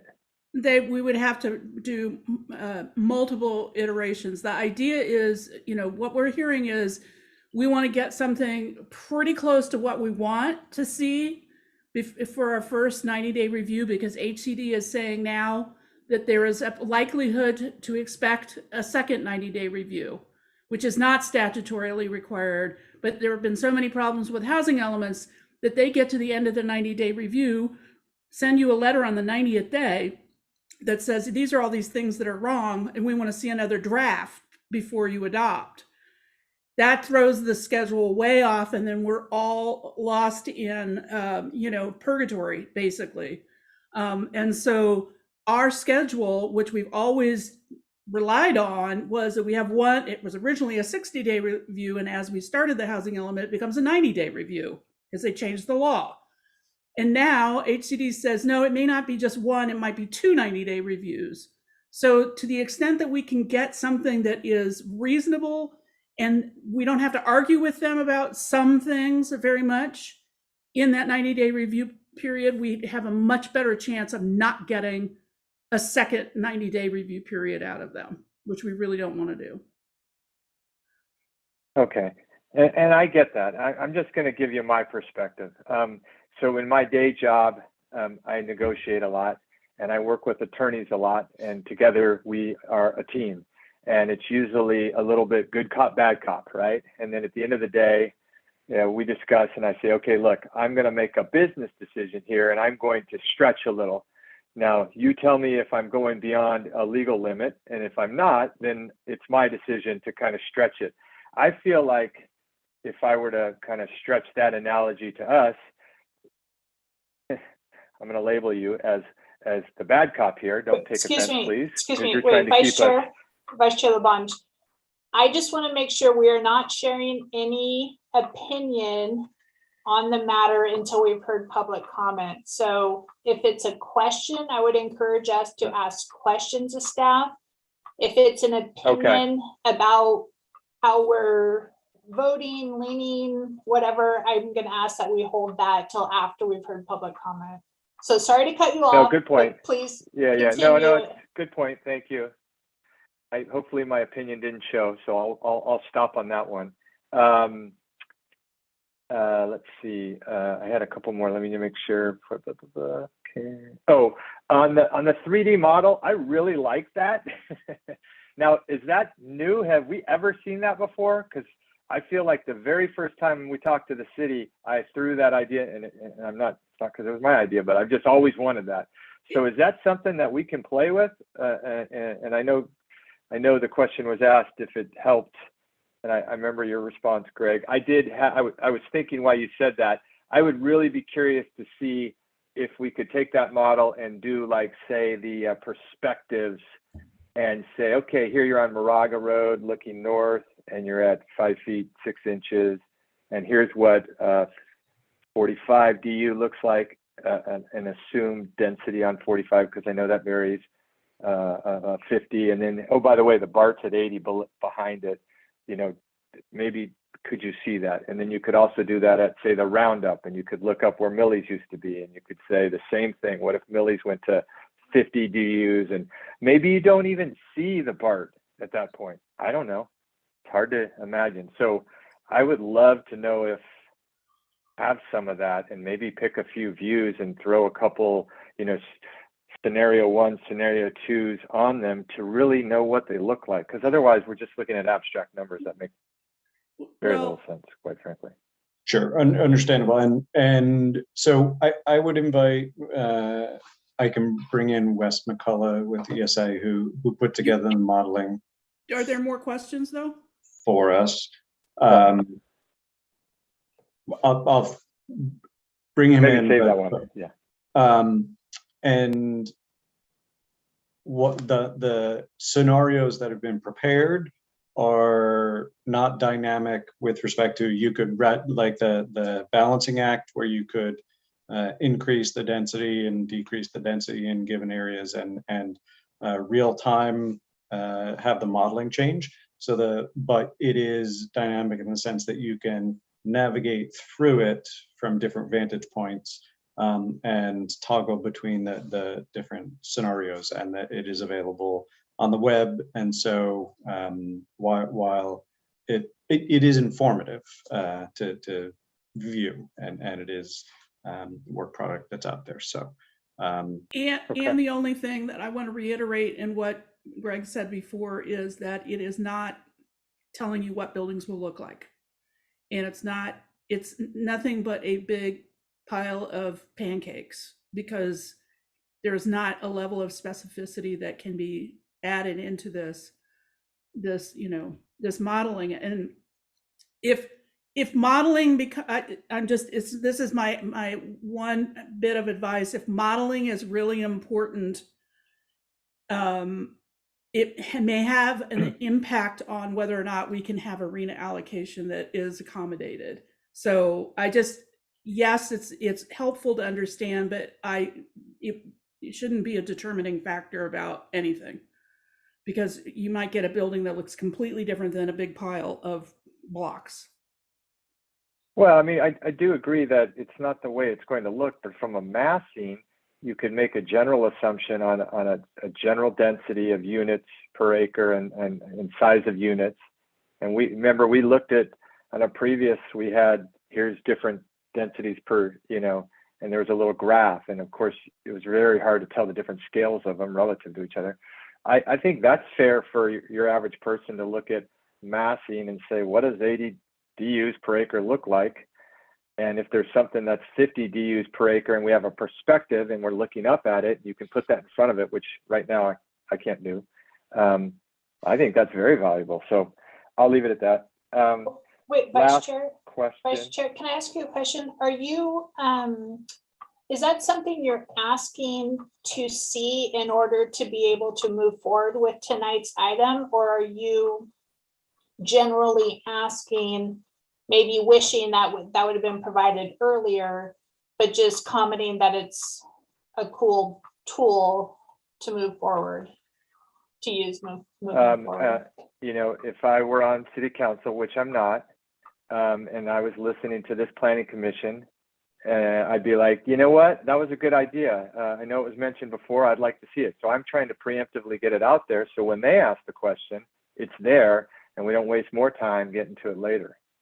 Okay, so my last one is in the package on page H8, figure 3, which is the arena numbers from the previous cycle. I had asked this before, maybe it doesn't matter, but I don't know why we don't put the percentages. We show on the county level a nice graph, and then right above it we show on the Lafayette level, but we don't go the extra step, and I did ask this specifically, and put the percentages so that it's very clear. And I calculated them because, otherwise you don't know what exactly you're looking at. What's our very low income percentage? 5%, by the way. County's at 13. So it clearly tells you that we're missing. What's the low? We're at 15. The county was at 38. So could we put that in the chart? I think it's valuable. It goes to what we're trying to show too. And that's all I have. Okay, thank you. Commissioner Heising, do you have questions for staff? Yes, just questions. But first, a comment to Commissioner Labange. You're much more than an average person. Just making a joke on your prior comment. An average something, I'm sure. Thank you very much. So here goes my question. In the staff report and per the April 4th meeting, our recommendation was to look at the BART with the density of 80 dwelling units per acre. So my question is, on scenarios 1 and 2, is it 80 or is it back to the 75? Set to 80 to the acre. Okay, all right, because where I was heading was if it had reverted back to 75, if we kept it at 80, could we still keep 35 units on the south side of the block to the north of Mount Diablo? But the answer is no. Okay, and then so digging into the attachments, here's my second question. Digging into the attachments of the staff report, I went to attachment 10, scenario 1. And over in the arena summary, I see for very low, I see 130 units, 22% with a total buffer of 28, which jives with the chart on the staff report. But then going over to the left to the map area density allocations, the south side of the block is still 35. Is that supposed to be 40? Because it has 50 and 35, 50, 35. Is that supposed to be 50 and 40? Let me pull up, you're talking about the scenario 1. Yeah, I just want to make Worksheet. sure that the units and the percentages of this attachment match the staff report, but these numbers over in the blue column, the units per acre, aren't jiving with what the staff report was, because it still shows 75 dwelling units per acre.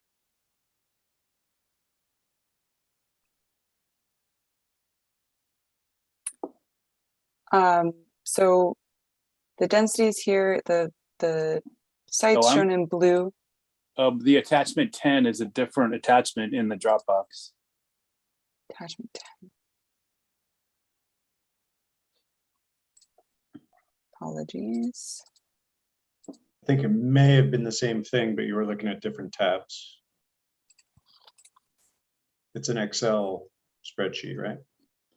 No, the one I'm looking at has a map on the bottom with some summary tables. Yes, I think it is a different tab of the same sheet. Apologies. So this was previously. Yeah, that's what I'm looking at. Yeah, so this was previously pulling from the other page, but okay, this is so hard it's entered, so it should be 80. So and it was 40. changed Okay, to average those cells on the opportunity page, except this one was hard entered. So okay, so apologize. those percentages, the 22. Oh, now it's showing 29 here, but on the staff report it's 28. Well, she just made a change By putting in the 80. Got it. Okay. And All right. the summary worksheet that you're seeing in those blue columns, it's deficient in that we're now splitting into a north portion and south portion areas 1, 3, and 5, that's not, we haven't updated the worksheet to do that.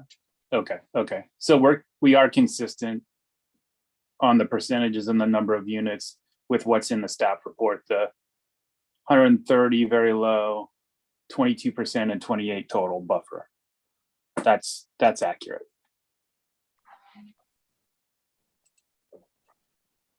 Or does it jump up to 29 when Renata changed that to BART to 80? It's currently 75 in here, and when it goes to 80. I mean, it gets even better because it jumps up 1%.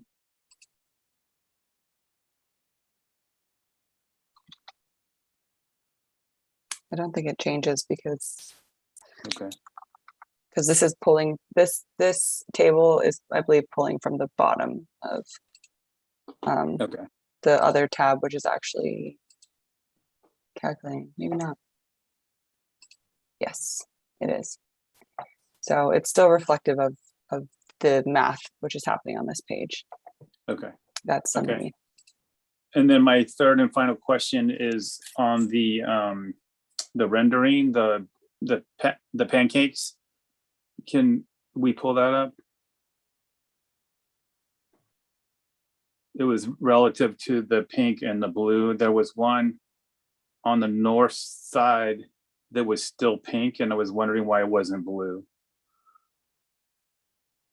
So if it pleases the chair, Wes McCullough with ESA is here as a panelist, can give you a brief overview of how the modeling was done.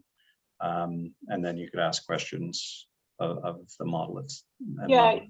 Yes, please. And so Commissioner Heising, I'll invite you to ask your specific questions. And then before we move on to your next question, I would like to invite the rest of the commissioners. I know I have a question on the renderings as well, so maybe we can take a little shift over to the rendering questions and lump those together and then continue back with individual commissioner questions, if that's okay. So welcome, Mr. McCullough. If you are able to hear us. Can you hear me now? We can. Yes, Thank we you, can. commissioners. Let me share my screen.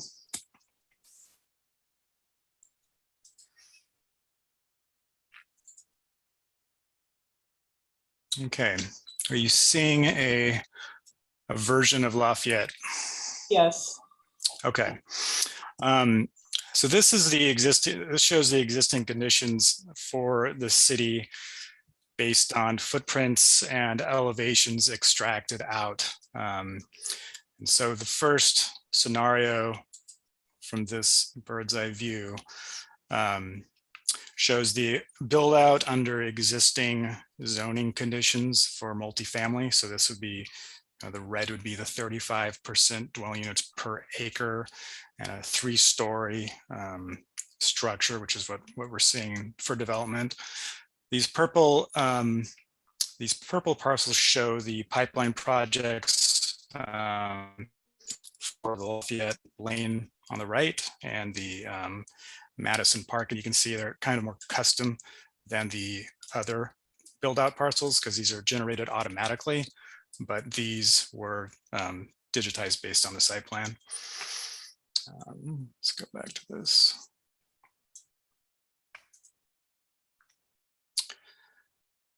So this scenario is the downtown only scenario with, for the parcels fronting Mount Diablo Boulevard, we have ground floor commercial with 15-foot ground to floor to ceiling height and multifamily at 10-foot floors.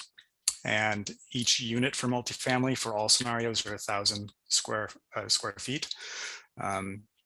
And so for those opportunity sites that do not front Mount Diablo, we're down to four floors, but no ground floor commercial, but keeping the same density at 75 units per acre for that scenario.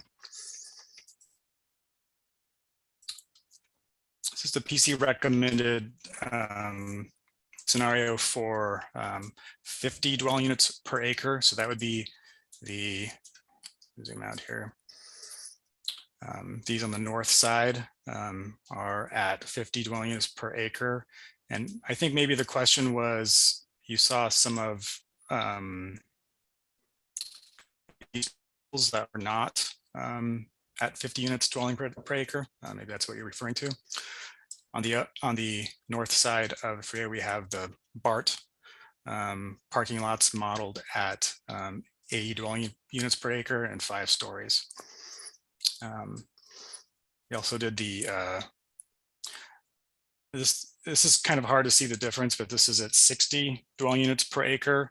And the only difference between this scenario and the 50 dwelling units per acre is to get that extra, just a little bit of density. The lot coverage of the development increased slightly just to get a slightly larger mass. But I'd be happy to take any questions or comments or. Thank you. Welcome. Commissioner Heising, did you have a specific question you'd like to ask? Yeah, thanks. Yeah, the area in question was down towards the east end where I saw a discrepancy between the higher density to the north and the lower densities right along Mount Diablo. And I think it was in the presentation, a couple of the still photos in the presentation. Is this the area you're referring to? I don't know, Mr. McCullough, if your screen has froze. Oh no, I can see your mouse moving now. Or maybe staff, because I also had a question on the, Renata, on your presentation specifically, the slide page that had scenario 1 and 2 and the renderings pulled up. Would it be possible to pause this presentation and pull up the slide from the staff presentation? Commissioner Heisey, would that help for your question? I think maybe it's just, Yeah, thank you. So this here is the east end parts over here. yeah, so why is that one by the freeway? Yeah, why is that one pink and not pink like the ones on Mount Diablo? I guess that's what stuck out to me during the presentation. Mhm. It was like a one-off there.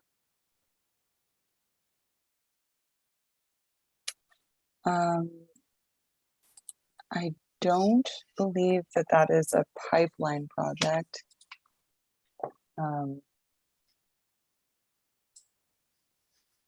Have to look at the sites more closely, but we can find out what that particular site was. Yeah, it's not a, I mean, my other two questions were answered. It's not a burning question, just kind of jumped out at me, that's all. It may have just been an error in the translation to the model.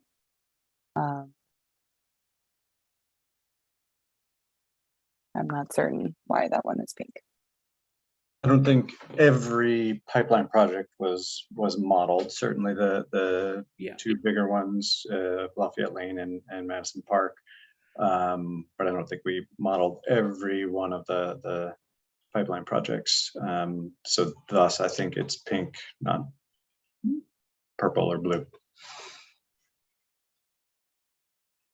Wes, can you speak to which pipeline projects you modeled? I believe those two that you mentioned were the pipeline projects. Yeah. And for this, oh, I'm sorry, I'm pointing on my screen and you're not seeing it.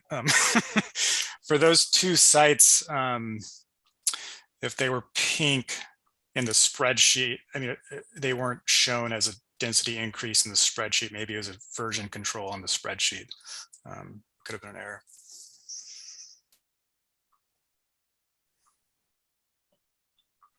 Thank you.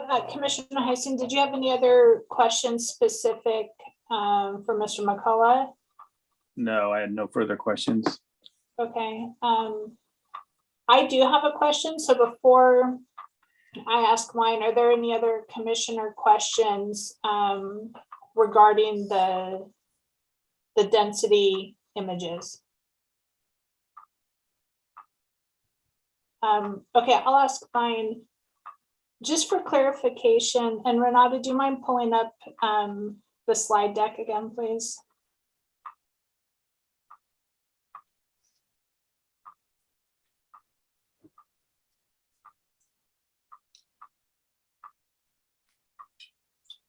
Thank you. I thought I heard during the presentation, Renata, I thought I heard you reference scenario 1 and scenario 2. Are you simply saying these different renderings as a rendering 1, a rendering 2, not necessarily tying specifically to scenarios 1 and 2 in the staff report, correct? Correct. So we had been working on this with ESA since April 4th, prior to establishing the concrete scenario 1 and 2 included in the staff report. So we decided to model two scenarios. One, which was the 60 units to acre on the north half of areas 1, 3, and 5, to demonstrate how much height would be needed if we were to keep 35 units to acre on the boulevard. But then the other model does match that of scenario 2, which is 50 units to the acre on the north part of areas 1, 3, and 5, and then 35 units to the acre along the boulevard. Okay, thank you. That's helpful. Okay, I don't see any other hands specific to the the density images. So thank you, Mr. McCullough, for answering and for clarifying. Thank you. Commissioner, yeah, sorry, every time you keep saying that, I keep cutting you off. Commissioner Heising, you were in the middle of asking questions, so I'll just follow up and see if you had any other clarifying questions for staff. No, Chair, I asked, both my questions were answered earlier. Okay, thank you. So it is 9:05, but I would like to try to get through commissioner clarifying questions of staff before we take a 5-minute break, then do public comment. So Commissioner Maggio, I just want to give you an opportunity if you had any clarifying questions. No? Okay, seeing you shaking your head, no? Yeah, no, I started off the question, so. Oh, sorry. Thanks. 2 hours ago, my bad. I do have one question myself for staff, and Diana, this is for you. Renata, would you mind pulling back up the slide presentation to the Appendix D summary? It's for the Fair Housing Action Plan. And as it's pulling up, Diana, it was specific to Action 2.2. And I don't have a problem or anything with 2.2. It was so fast that I didn't quite comprehend everything that you were saying. So would you mind just kind of explaining Action 2.2 and what the acute income means? Right. So the city has a BMR program that is an inclusionary program that when a market rate development comes online, in general, they have to provide 15% of their units as lower income affordable.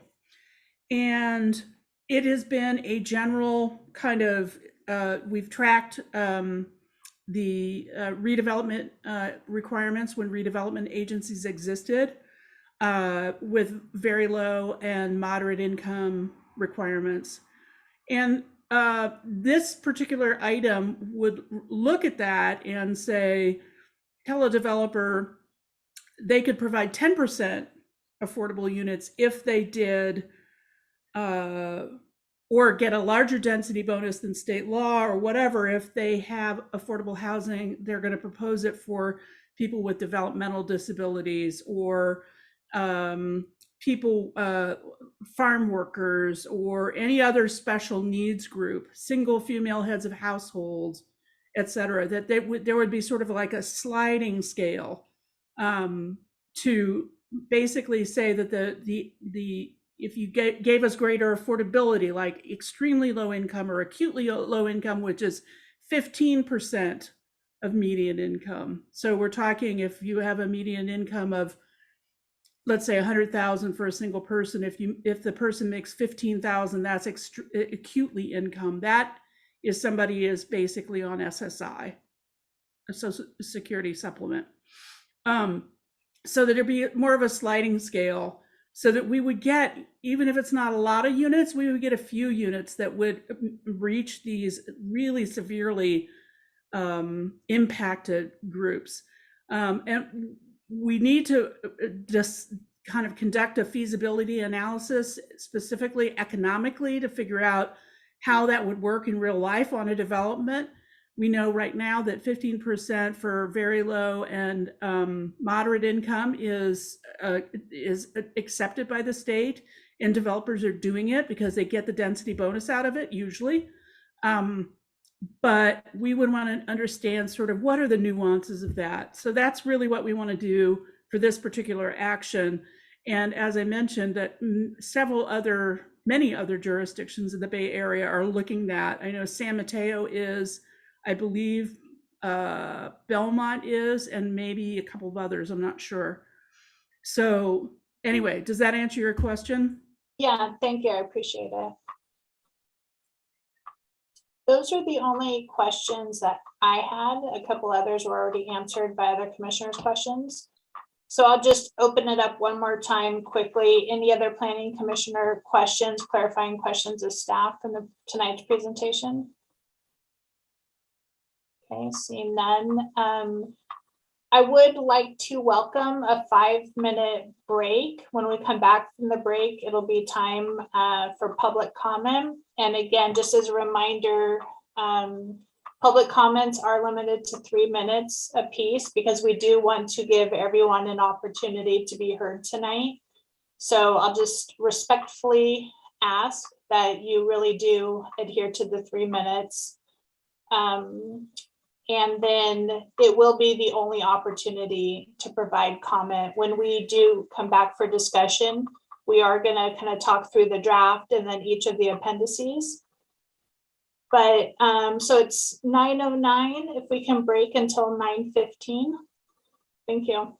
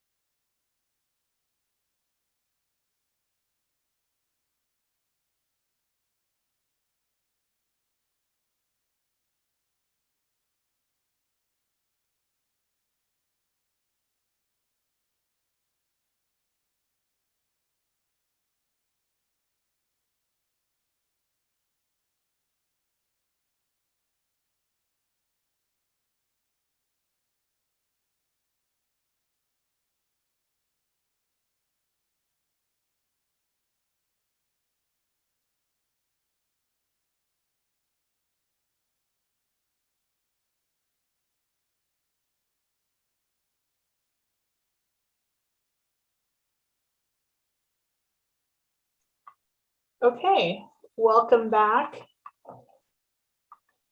Commissioners, staff.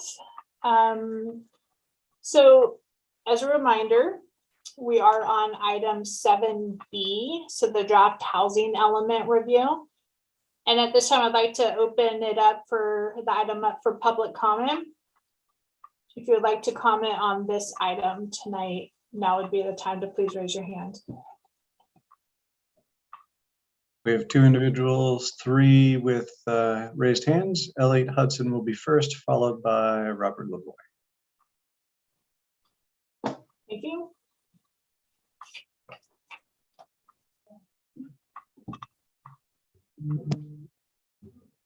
Good evening. I hope you read my letter in its entirety. I do not have time to repeat it, but it is essential to what I'm about to say. Let's start with a reminder of 3 basics you should already know. First, the City Council has adopted a vision mission statement that directs as policy, making Lafayette a small town community with semi-rural ambiance. Second, Lafayette's EIR consultant, Mike Evans, told the City Council that upzoning absolutely will have significant unavoidable impacts that would adversely and substantially degrade Lafayette's character. And third, he confirmed that substantial degradation would be avoided if upzoning was avoided. We also know 5 things. First, HCD may allow yield numbers up to 100%, which Lafayette historically has exceeded. Second, HCD states that a buffer as low as 15% is only a guideline, not an absolute bottom. Third, other communities are willing to engage with HCD to minimize the development required. Fourth, 2 incredibly hardworking Lafayette residents have developed scenarios that may very well entirely avoid the need to upzone anywhere. And finally, the state auditor says the RHNA numbers are unsupported by evidence, which makes them subject to legal challenge. So why is it that Lafayette staff and consultant come up with every conceivable argument they can make to argue for zoning and development they know will degrade Lafayette's character?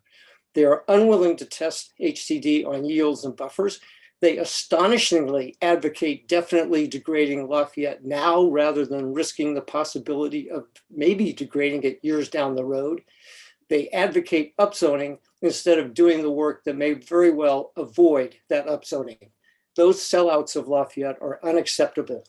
And it's not just arguments, it's every trick in the book. I hope you read my letter.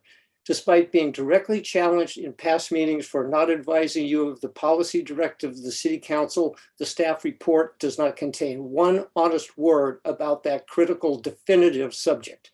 The staff report also blatantly misrepresents the views of the Lafayette community. The GPAC community surveys demonstrated overwhelming support for maintaining Lafayette's character, and 10 times the number of people opposed growth who support it. HCD must be tested. I urge you to listen to Colin Elliott and Rob Lavoie. Do the work to study all potential opportunity sites. No upzoning on the Mount Diablo corridor because it may be unnecessary. Do not put retail or commercial on any BART lot development, which makes taller urban buildings. Use maximum yields everywhere. Use a minimum, and most importantly, be willing to advocate with HCD on behalf of Lafayette rather than selling it out. Thank you, Mr. Elliott, or sorry, Mr. Hudson. Are there any questions for the speaker? No, thank you.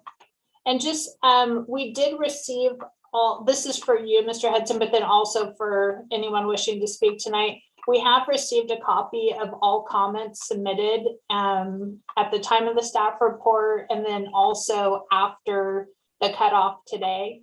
So just for everyone listening, we have received copies of all comments that have been submitted. So thank you, Mr. Hudson. Thank you. The next speaker is Robert Lavoie.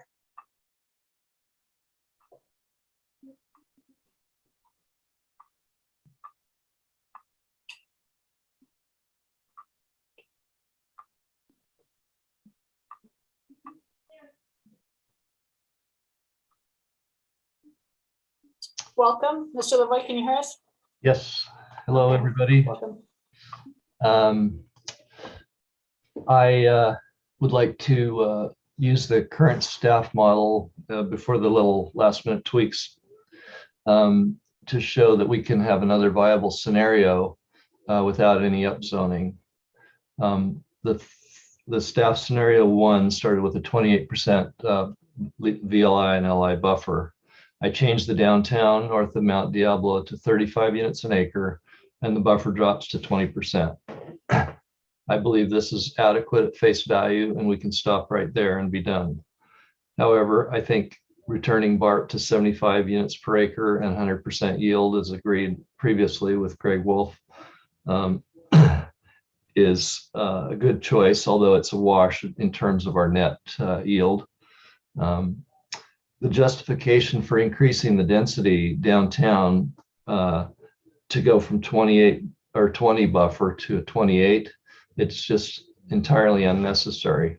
And if anybody thinks that it's required, let's consider the most likely scenarios for things that are under demonstrated in our model. ADUs last year produced 240 on an annualized basis for the period. And they offer the highest VLI and LI yields. So we go from 20 to 29% buffer if we get more ADUs. And not a lot, I'm talking about 240, which is what we had last year in terms of permits. Also, the yields are going to be over 100%. Now, HCD won't allow us to use it, but we know that they're going to happen. And so if we put in 116%, we see that our buffer all of a sudden is 35%. So these are likely scenarios based on our historical averages. And yet, so that shows that we can go with a lower buffer in the presentation, but we're not have to worry about, having a problem to cover later on. And I have a question for Greg, talking about mixed use. Is there any reason why developers can't use the 52 unit bonus density that currently exists? Seems like, I know HCD doesn't let us count it, but there's no reason that we don't see that happening. And the developers are using the bonus density. And using Collins' model, we know we can get over 100% yield with even a whole first floor in commercial space. So we need to quit compromising on some of these things. And I was going to ask if we could run a 3D rendering showing 50% bonus density on all the existing zoning. And so finally, I would just encourage you to look at the comments in detail by Elliot in that letter. There's a lot of verbiage in a lot of documents that we don't have time to analyze in detail in these meetings, but it's very important to make sure that we codify the policies set in place by the city council and the mission statement. Thank you. Thank you, Mr. Lavoy. Are there any questions for the speaker? Before Vice Chair Labange, I did hear a couple questions that the speaker asked. So you can answer those later. Well, yeah, so I was just going to ask, thank you. I was going to ask staff, would it be better for me to kind of keep track of all of the, questions that would help facilitate our discussion tonight and ask staff to respond after all public comments are heard? Okay, so you had just nodding yes. Yes, but I wasn't clear on I understood the first question to be, is there anything to prevent a developer from using density bonus? If that's the question, I understand it. Happy to answer it later. Yes, 52 units current density. Yeah. Okay. Vice Chair Labange, you had a question for the speaker, please. Yeah, I thought I heard you say ADUs, 240 permits. That was, well, not 240, but divide that by 8. What is that, 40? Yeah, no, can't do math. 30. 30, yeah. That was what Paddy Battersby came up with, and she did a very detailed analysis of the permits for last year. So the 240 is like bare bones minimum, and we all know that the growth rate's going up dramatically from there. I think 400 to 700 is a more realistic number for 8 years. Vice Chair, does that answer your question? Yeah. Okay. Okay. Yeah. Thank you. Did you have any others? Nope. Okay, thank you. Any other questions for the speaker? Okay, thank you, Mr. Lavoie. Thanks so much. Next speaker is Paddy Battersby.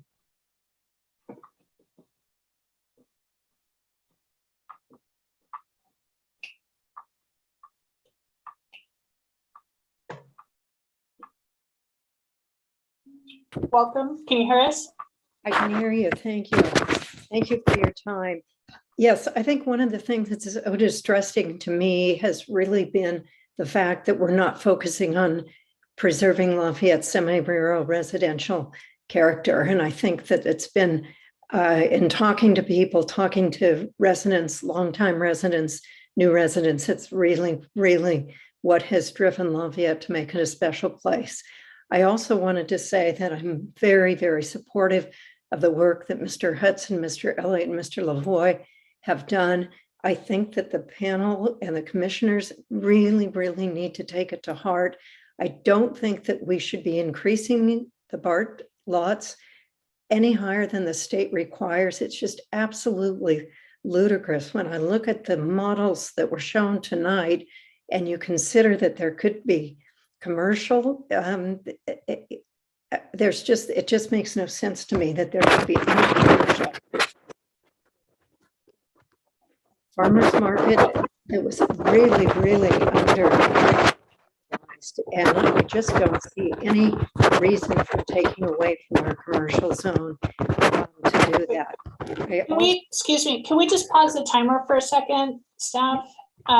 We can put it back at 1:45. Ms. Battersby, I don't know if you're shuffling papers, but it's hard to hear, or if you have something on your microphone on your computer.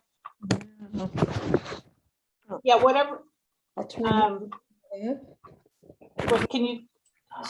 Yeah. Is that any better? Well, maybe just try talking again. I mean, we could hear it up until just about 5 seconds ago. Okay. I was saying that there should be no commercial use at the BART lots at all. I don't see any reason for it. I think it takes away from the commercial zone. The other thing, I have done extensive work on the ADUs, and I think I totally understand the changes in the state guidance, but I also think we have to look at the Yerba Linda project, and I think that we've got to make ADUs, I think we have to streamline the permitting process. We have to make some kind of a way so that people that are using pool houses, guest houses, can have some kind of a application where their fees are reduced, eliminated, and that they can easily be permitted. I think that upzoning, I hope that you heard that. I don't think there should be any upzoning with the lawsuit that's possibly going on, with the fact that we are going to be, the state audit has come about. I just don't see any reason for doing anything that we don't need to do. I think we've got to maintain the residential character of the town. That's got to be the most important thing. And I really, really think there are other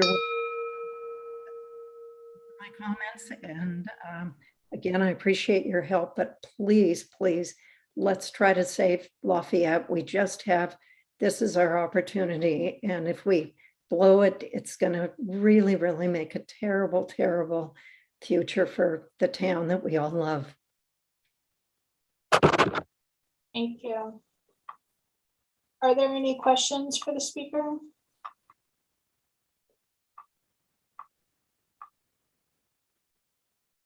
Okay, thank you, Ms. Battersby. Next speaker is Colin Elliott.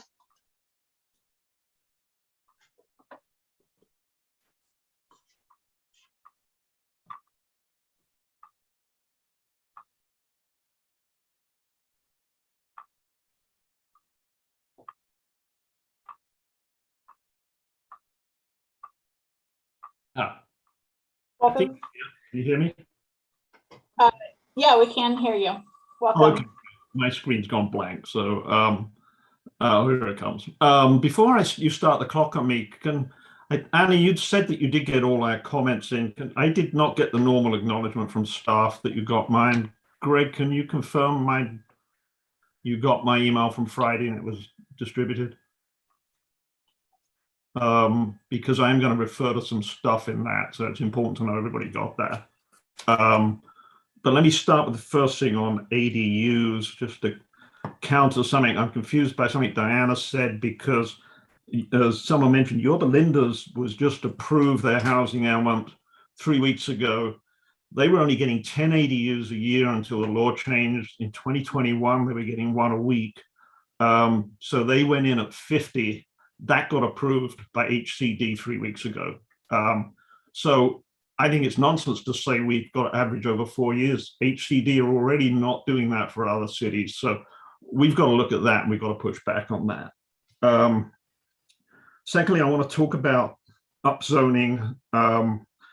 We've talked about, looking at the models, you've looked at some of those renderings, but I think you've also got to remember what Rob was saying, that with density bonus, everything's going to be probably taller than that. So I know, Commissioner Sturm, you're concerned about that. You said that you had a 4-story, but remember, they're just modeling the base. They're not modeling what happens with density bonus.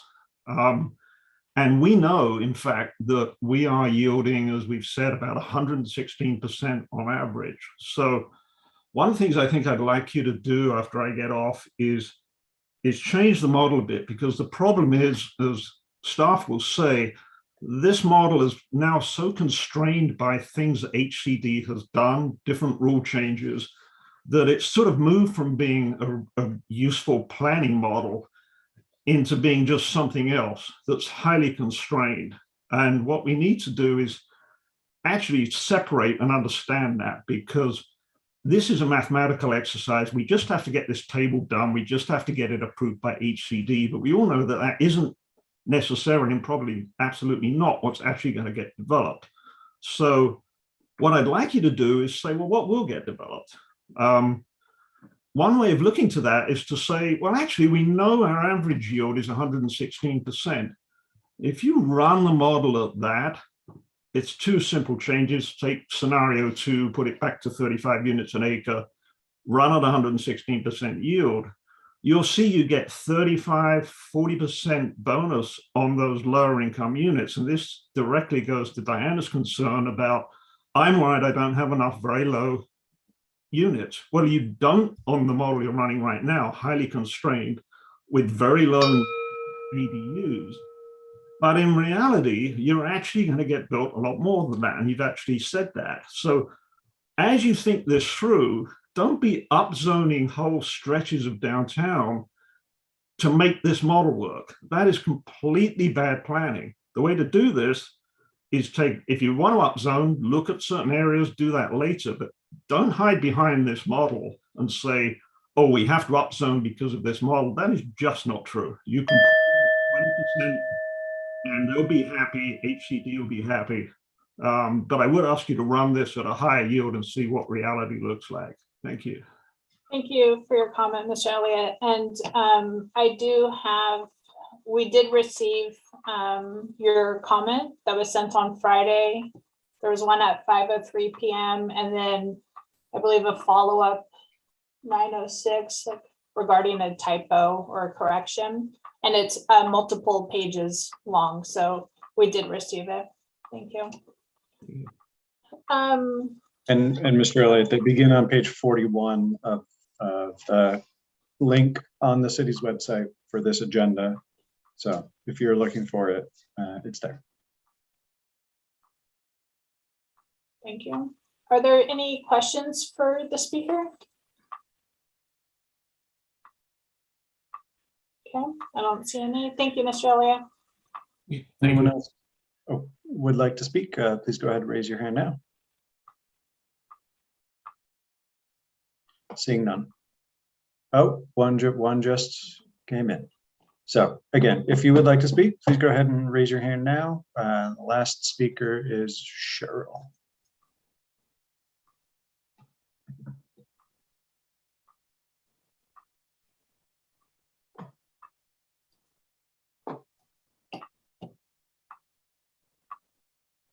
I just unmuted. Is that better? Yeah, we can hear you. Welcome. Thank you.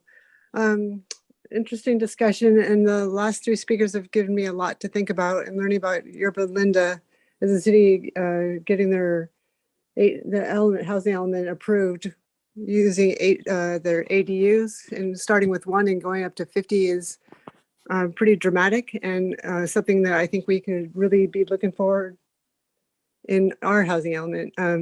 I think that I agree with the speakers that the ADUs are going to be increasing every year.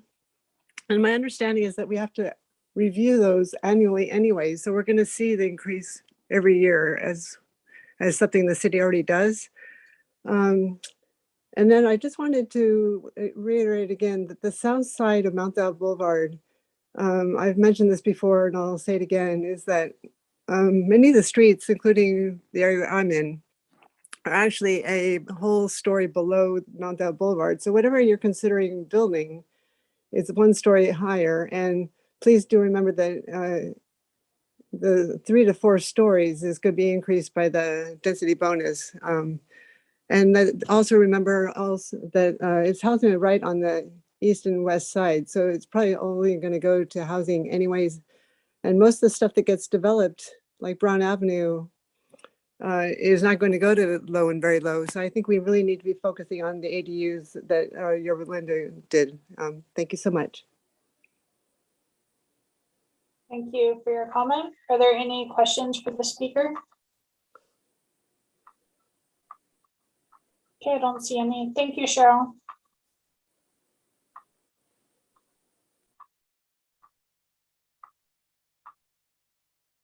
Chair, 1 additional person has raised their hand. Perfect, thank you. Sharon Farley is the last speaker.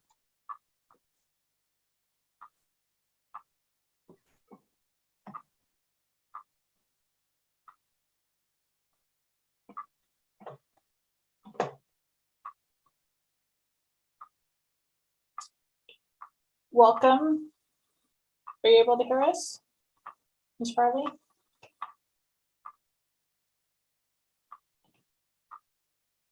Thank you, Anna.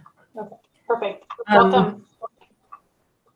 I just wanted to tell you about just maybe a little story. My next door neighbor's in-laws were here to babysit their children so that they could go out of town for the weekend. And he commented to me how much he and his wife love and appreciate the small town feel of Lafayette. He said when he goes and picks his grandchildren up from school, or when he goes downtown to run an errand, he just really, really loves the feel of Lafayette. And I think sometimes we get a little bit, I don't know what's the word, but we forget, just how wonderful that is. And I, for one, would really like to preserve that and strongly recommend that you don't upzone the downtown. Thank you. Thank you for your comment. Are there any questions for the speaker? No? Okay, thank you, Ms. Farley. There are no additional speakers. Okay, maybe we'll just give it 10 seconds just in case.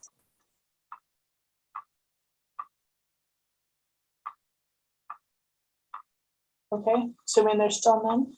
Correct. Okay, thank you everyone who did provide public comment. I know we've been talking about this item for quite a while, so thank you. And I also know pretty much everyone who spoke tonight has presented comment, both written and verbal, on many previous meetings, so thank you. With that, I will close the public comment portion and bring the item back to the Planning Commission for discussion. Just get on my other screen here. What I was thinking would make sense is if you go to, and even for people following along, page 6 of the staff report. So here, there's a list of the attachments. What I was kind of proposing, thinking, and I'd love input here, is we'd go through the draft housing element, not necessarily page by page, right? But just to kind of help facilitate our conversation, we go through the housing element and then each of the appendices. And up above in the staff report, if you scroll up to page 3 of 6, there's a summary matrix. Oh yeah, thanks, Renata. There's a summary matrix of the housing element component. These correspond to those, to the list below. Is this a new section or is this something we've already seen before? And the comments that were addressed that we had previously expressed that then now came back to us in the draft version that we're seeing tonight. So I thought we'd maybe kind of follow this format for kind of having a constructive conversation, but I'm open to input if anyone feels differently or has a suggestion for working through the different pieces. None? Okay. With that, I will welcome everyone to, I know we all have multiple screens going. So if you want to pull up the housing element summary on your own screen, if there's any comments here that people would like to, or not even comments, like just start discussion items on this, I don't think we necessarily need to create discussion, but if there's items that we would like to discuss, because again, the goal out of coming out of tonight would be to vote to approve a draft to hand off to City Council. And ideally, we'd be able to do that tonight.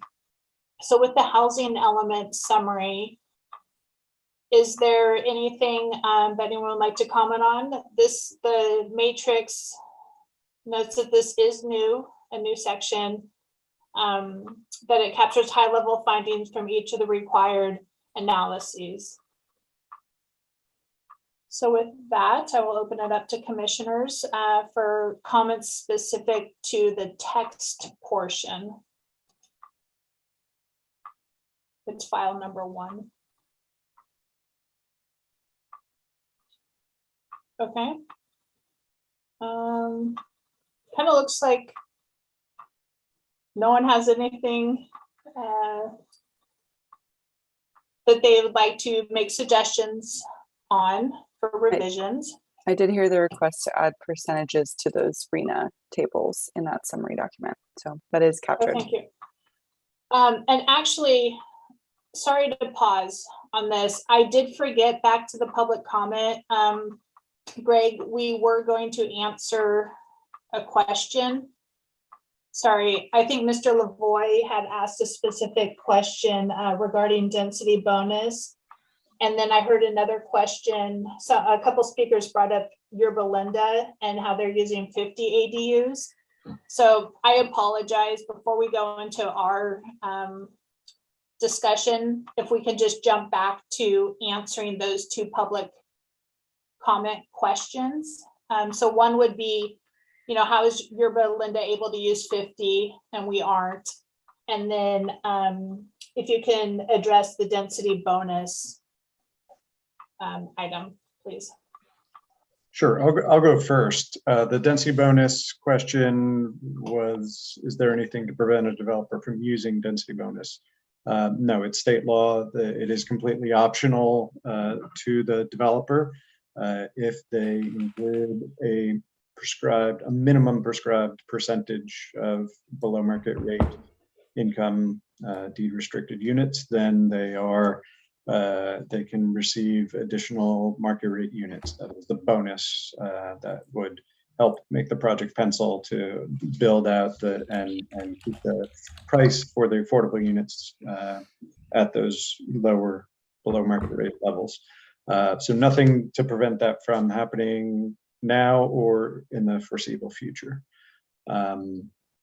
Diana can speak to Yorba Linda, but I think one of the questions or comments that came in was that what staff was previously using as the income distribution for the ADUs, which in the most current version is shifted. And so Diane, you can speak to it more. Yeah, Yorba Linda is more than twice the size of Lafayette. And so it's like, I think it's about, thank you, Renata, 67,000 people. Lafayette is over 25,000. So they're not comparable in that sense. And in terms of the direction from HCD, HCD gives direction to various parts of the state that may conflict. And in this case, the state has said we have to use the 4 years. Theoretically, they wanted us to use 2018, 19, 20, and 21. And we're by bumping it up to 2019, 20, 21, and 22 prorated, we're getting a higher number, but it's still based on permitted use. And so whatever Yorba Linda is doing, there may be something in there that they're doing, but they're also a bigger city, so therefore they would have more, obviously more units. By comparison, in the Bay Area, I know that I believe San Mateo, which is about over 100,000 people, they're projecting about 60 ADUs per year. So if you kind of extrapolate, ADUs in the Bay Area are more expensive to build. And so you're not necessarily going to see as much as maybe in other parts of the state. Anyway, that's my basic response to that. Okay, thank you. Oh, sorry, Greg, were you going to say anything additional? Just that my understanding of Yorba Linda's is that they were allocating fewer below market rate units to ADUs, and so I think our recent change to 30-30-30-10 is actually a positive, notwithstanding the fact that the direction has been to project fewer cumulatively, but more of those would count towards the below market rate, which is so HCD taketh and giveth and taketh away at the same time. Thank you for clarifying the questions. Okay, now officially, we'll bring it to the commission for discussion. We are talking about the draft housing element text. So I don't see any hands raised right now from commissioners. I do want to make sure that everyone has a chance, everyone has a voice and feels heard tonight. But if there are no, comments on this item, we can move on. There are just a couple editorial things. So Renata, would it just be best if I follow up in email? They're just consistency items of like ADU apostrophe S versus ADU S. Just, I don't need to say all of those right now, right? They're just strictly editorial. Correct. I think we can follow up on that since it's not substantive in nature. Yeah, perfect. Okay. Seeing no commissioners having comment on this portion, go back to the staff report. We can move to Appendix A.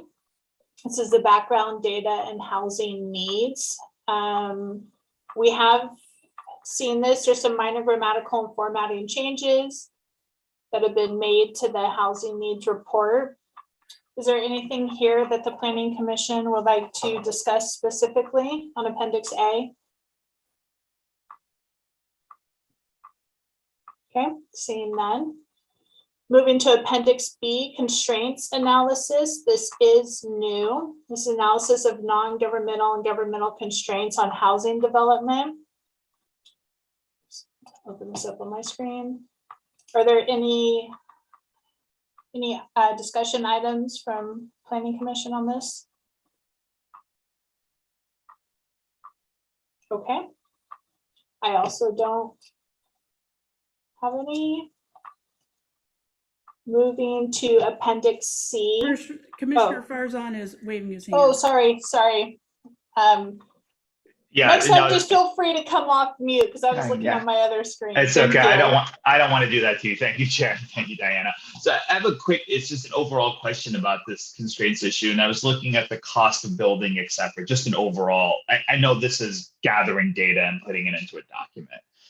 Do we consider like the rate of inflation in like some of the numbers that we put in? Like, I know Renata mentioned it costs $700,000 plus to build a unit, for instance, in Lafayette.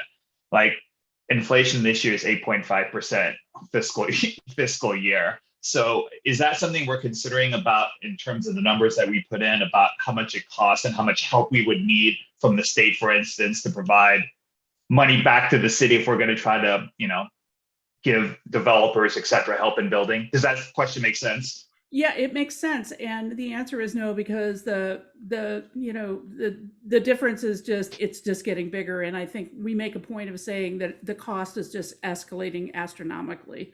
So I don't think we need to go to that extent. I think the state doesn't expect that. Okay, just thank you. Give that a number of like, what is it? The requirement says, what does it cost for land? What does it cost for construction? What does it cost for labor costs? Blah, blah, blah. And so we have all that stuff in there. Great. Thank you. Okay, thank you, Commissioner Farzan. So moving to Appendix C. This is the housing resources. This is new and reviewed. So summary of financial administrative resources to support housing production, preservation, site selection methodology, and the site's inventory. And under sites inventory, this is also the modifications made to the proposed densities in the site's inventory to accommodate the city's RENA. Staff will complete the state provided inventory template prior to submission to City Council. So I guess I will maybe right here invite commissioners and also staff, Renata. So we had a scenario on April 4th. Planning Commission had a scenario on April 4th. In the staff report tonight, we saw scenario 1 and scenario 2 options being presented. So right now, I'd also kind of like to welcome conversation around the comfort level of scenario 1. Staff is making a recommendation for the use of scenario 1 moving forward in the recommendation to City Council. And I'm just scrolling down. Again, that's the recommendation for the revised ADU distribution. Then for the north side of areas 1, 3, and 5 to be at 50 units per acre, and the south side of areas 1, 3, and 5 to be at 40 units per acre. Does anyone on the Planning Commission agree with that? Disagree with that? Commissioner Maggio? Well, I'll tell you right now, I'm leaning towards scenario 2, which in my mind is where the commission landed last time we voted, except for the reshuffle of what was going on with the ADU calculations. So it maintains the 35 on the frontage of Mount Diablo, which is the current zoning, rather than elevating it to 40. It still gives us close to the same buffer, but I am concerned about all the density bonuses. And then we have the waivers and concessions on top of that. And most of the projects, the larger projects we've seen, coming through lately all have some sort of density bonus, or if not, at least waivers and concessions, which really, it's either a downgrade in the setbacks, parking, density bonuses, of course, height. So in this report, as well as from what we've been experiencing, we do see most of the developers asking for a height increase and also some sort of waiver on some of the setbacks. So I don't think that's going to change. I think we're going to continue to see that, and that's why I would really like to stay where we are with our current zoning on Mount Diablo Boulevard. I've heard the various discussions about retail, and I still think it's a way to preserve that, and developers will go after those density bonuses anyway. So I'm really kind of landing on scenario 2 right now. Okay, thank you. And one thing that we didn't touch on, Renata, to kind of put you on the spot, in your staff report, on the bottom of page 5 of 6, you go through staff recommends scenario 1 for the following reasons. Reason 1, I feel like we talked about.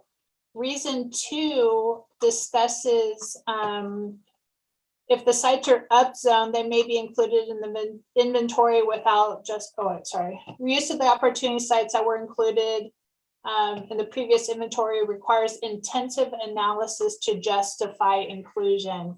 And then it kind of talks about like the expense, the time, additional efforts.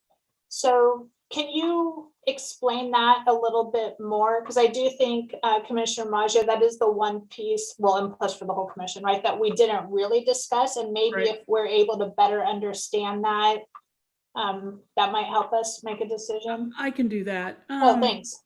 So the state requirement is that if you are reusing a site that you've had in your housing element for more than, well, if it's vacant and you've had it in there for 2 cycles, and if it's, or I don't remember, but anyway, you've had it in a previous housing element, it hasn't been developed, you have to go to a lot of analysis to discuss why you now think it can be developed.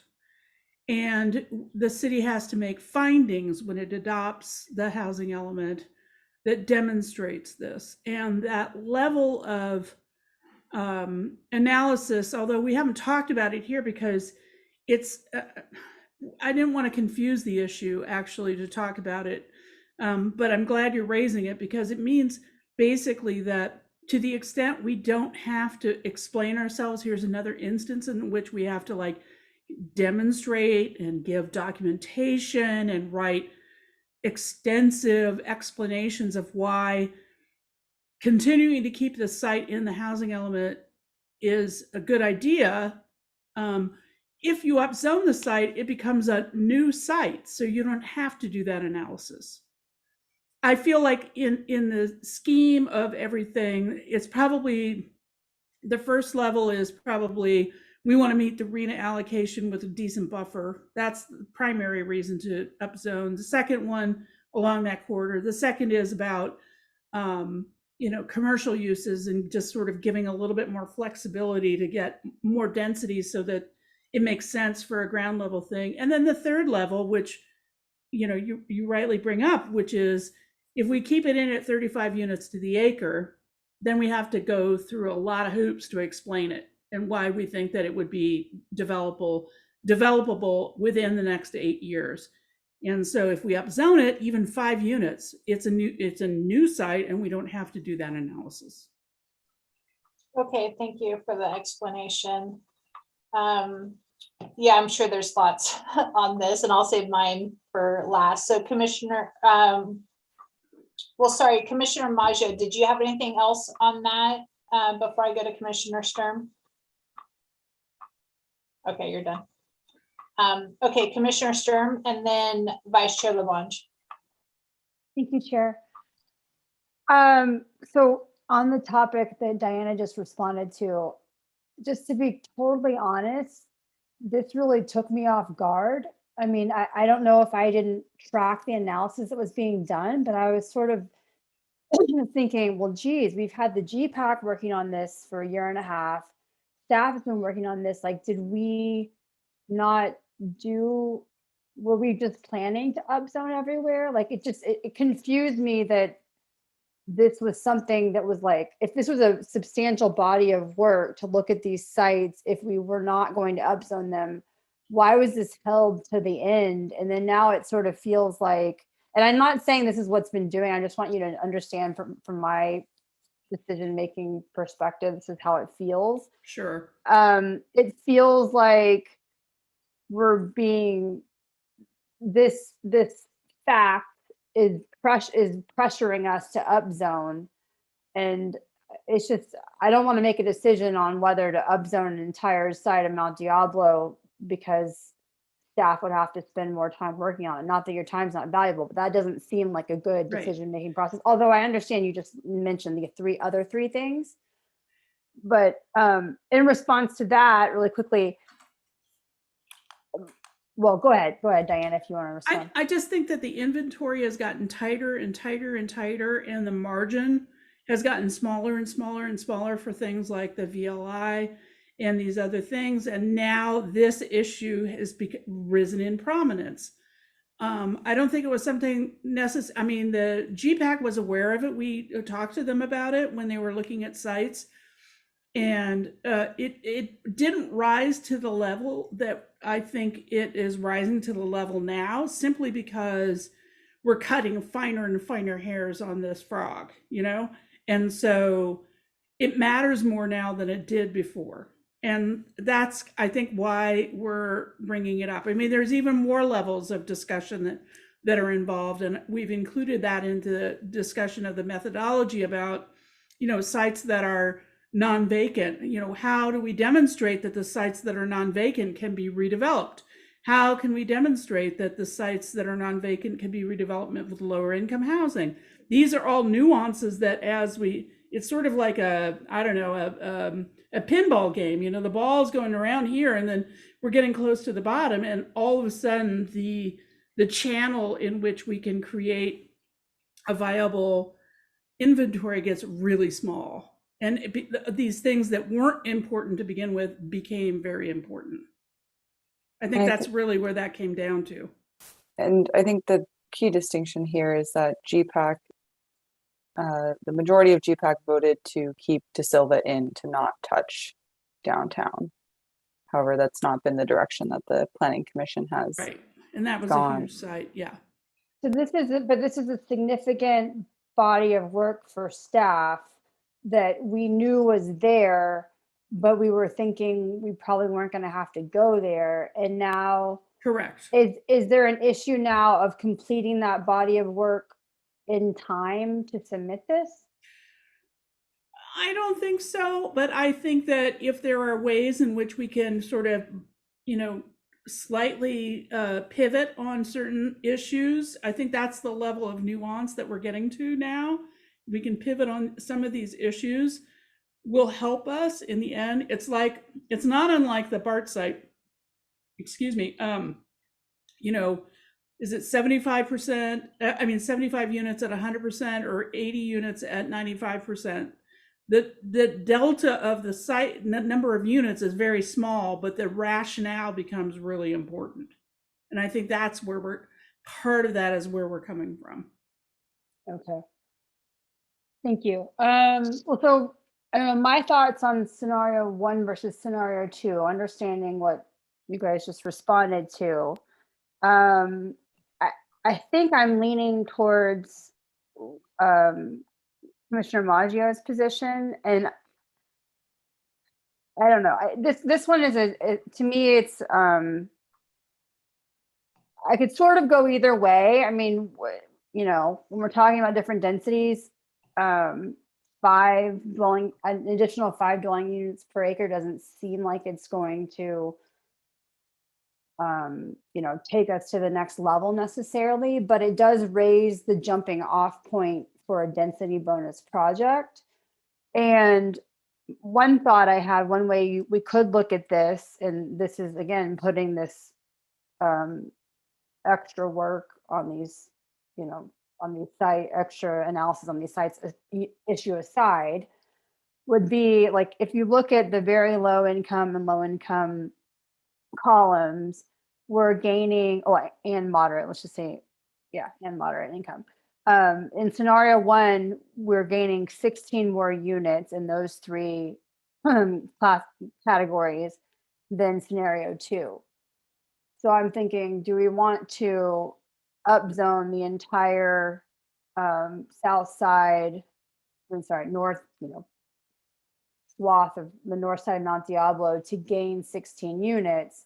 And we've been talking a lot about the ADUs, and of course we can make suggestions and advocate to HCD. We're probably not going to change the way that they're allowing us to calculate it, but we know in reality we're probably going to have more ADUs than we're able to include, especially given like the programs that we're going to be working on to support that, the development of ADUs.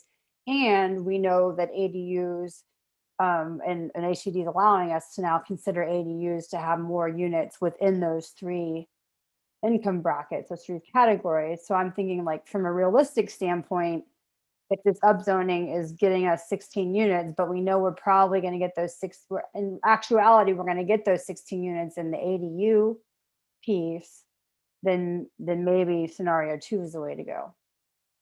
But that's just one way I was trying to compare the 2, and like, what are we getting for that upzoning? Thank you, Commissioner Sturm. Any other thoughts on this item, scenario 1 versus scenario 2?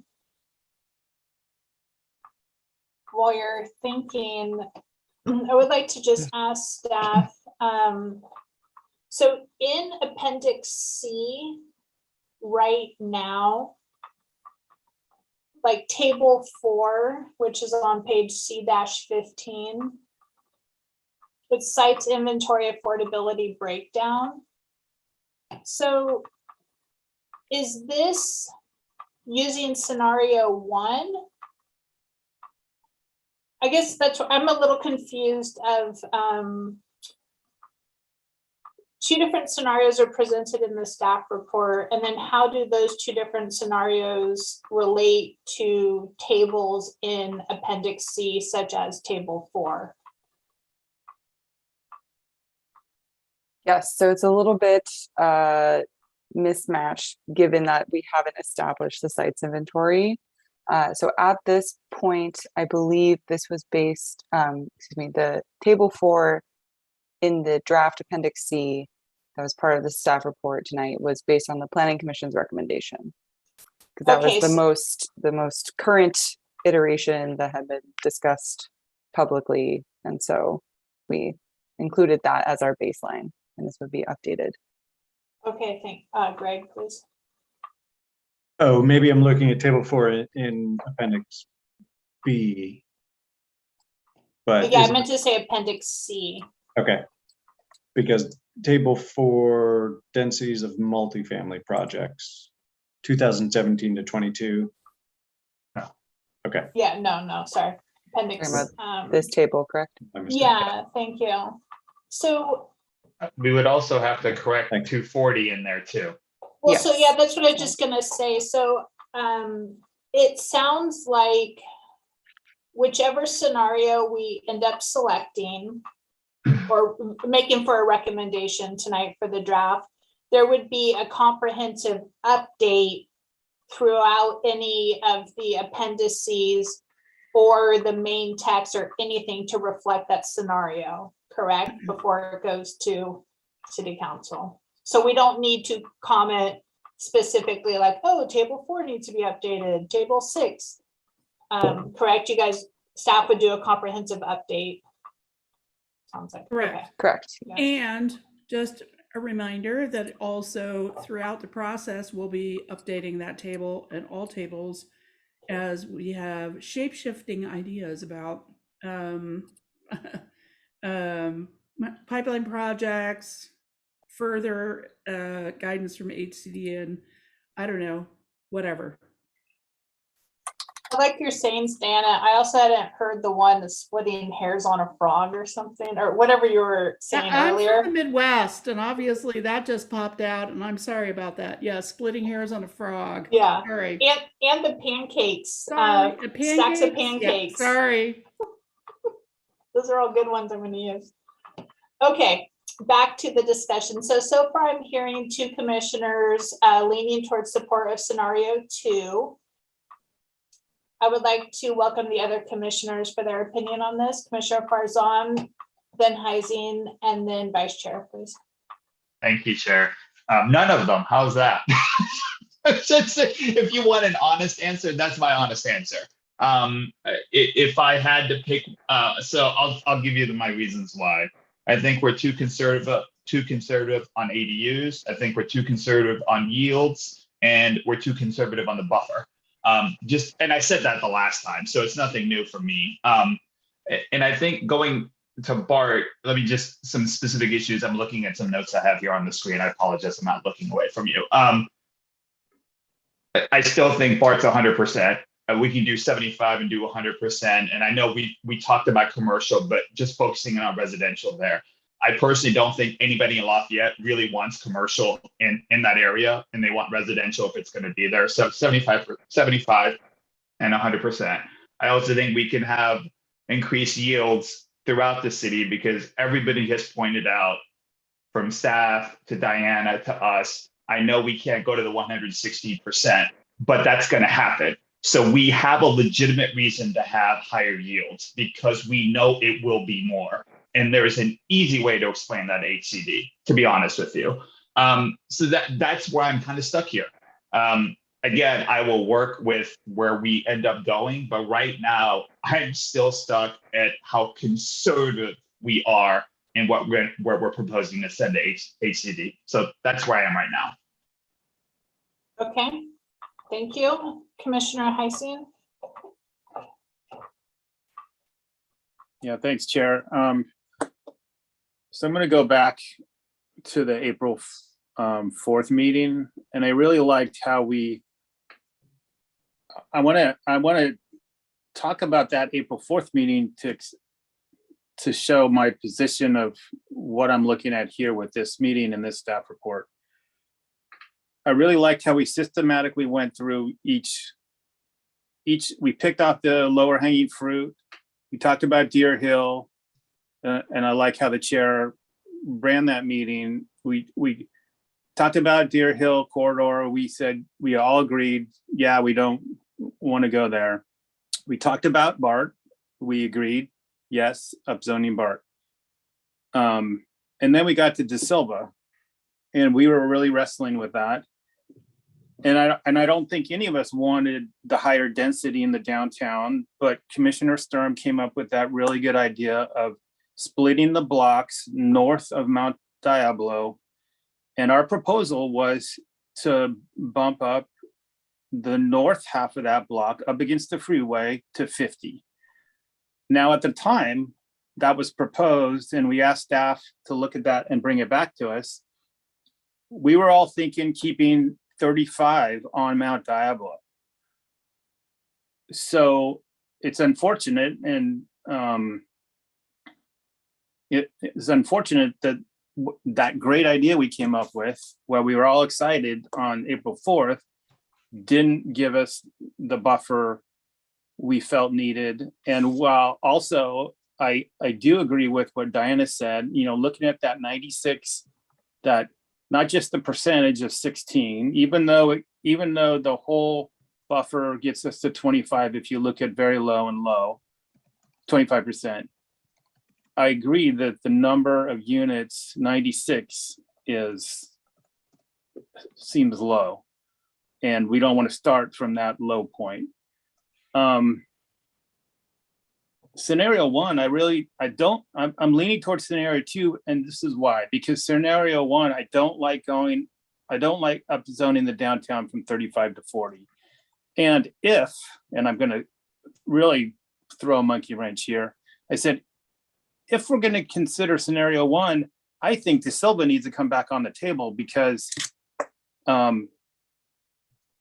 that's not that higher density in the downtown right along Mount Diablo was what we were, that was the assumption we had, that the 35 wasn't going to go up if Christina's idea worked. That was to get us away from De Silva on the south, the south side of Mount Diablo. So I'm definitely leaning, I definitely support scenario 2 over scenario 1. But to show the full picture to the council, I mean, really, we don't see the full picture here. I'm looking at page 6 of the staff report. I'm looking at our recommendation on April 4th. I'm looking at scenario 1 and scenario 2. Well, if we're looking at scenario 1 with the density higher on Mount Diablo, I think it's fair that we have a 4th scenario in there, or a scenario 3 with De Silva back on the table. So either we present all that to council, or we just give them scenario 2. I guess part of my question is, what would be in the staff report for council? Would it be just the one scenario we're going with? Or will it lay out everything that we're seeing here tonight? And if it's just the one, then I could get behind scenario 2. But if we're going to show scenario 1, I think De Silva needs to be back on the table, if that's what's going to go to council. You know, if our recommendation from PC is scenario 2, but the staff report still shows the option of scenario 1, I think I'm repeating myself, but I think De Silva needs to be back on the table. So that's where I'm at.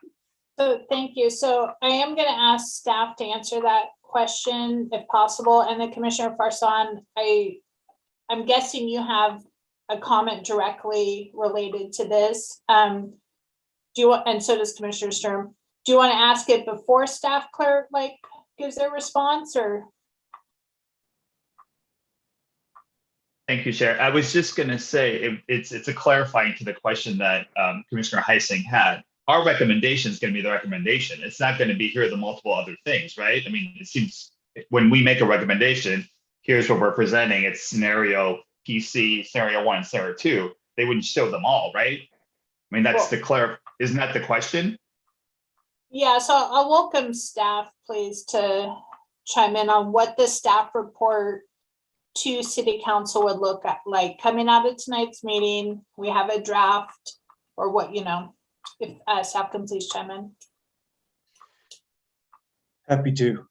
So we would include in the staff report for the City Council Planning Commission's recommendation. We would also speak to what GPAC's recommendation was as well, because that is worth noting. And the City Council is not going to only be provided your very narrow or the end result of the deliberations on it, and they will be provided the full background and have access to this meeting, the staff reports, et cetera. So it's not as, we wouldn't be highlighting the different scenarios that you've discussed if you come to a conclusion on one and can recommend it by majority vote. But so we would speak in the staff report about what GPAC recommended, what the Planning Commission's recommending, and that will inform the City Council's deliberations. And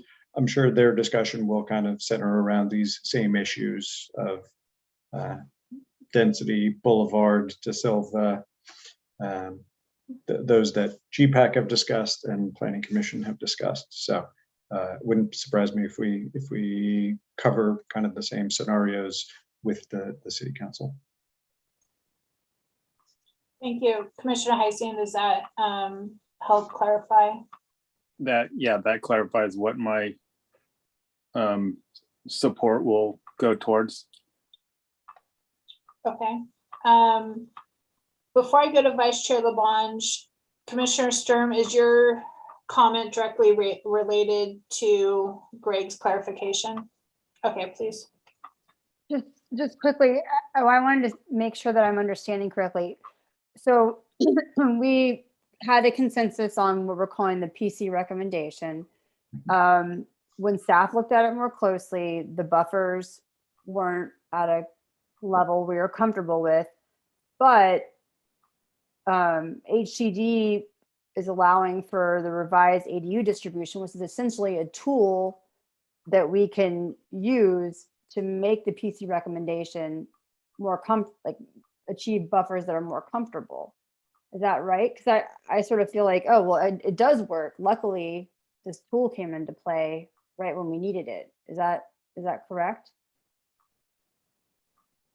So you're saying scenario 2 represents the buffer or the ADU tool, the redistribution, and that's only difference between the PC recommendation. Is that right? I mean, isn't that what we're seeing? Greg, do you want me to reply? Please. Yes, in essence, and then we included in the other alternative factors that would come into play in terms of specifically like the ground floor commercial issue and why staff had recommended 40 units to the acre, both for ground floor commercial and because we would also get these new sites and not have to do as much, explanation and really convincing of HCD. Okay, so I think I understand that. So then my request for clarification was in response to the way Commissioner Heising was explaining the way he was thinking about it. And he was saying that we landed on this recommendation that didn't get us the buffers we need, but it does. But now staff's introduced some other potentially decision-making point for us to consider. Does that make sense? Yeah, I think that's accurate. Yeah. Okay. Vice Chair Lamonge, it was your turn. Okay, so first off, I was not at the 4-4 meeting because I was out of town and I just couldn't pull it off.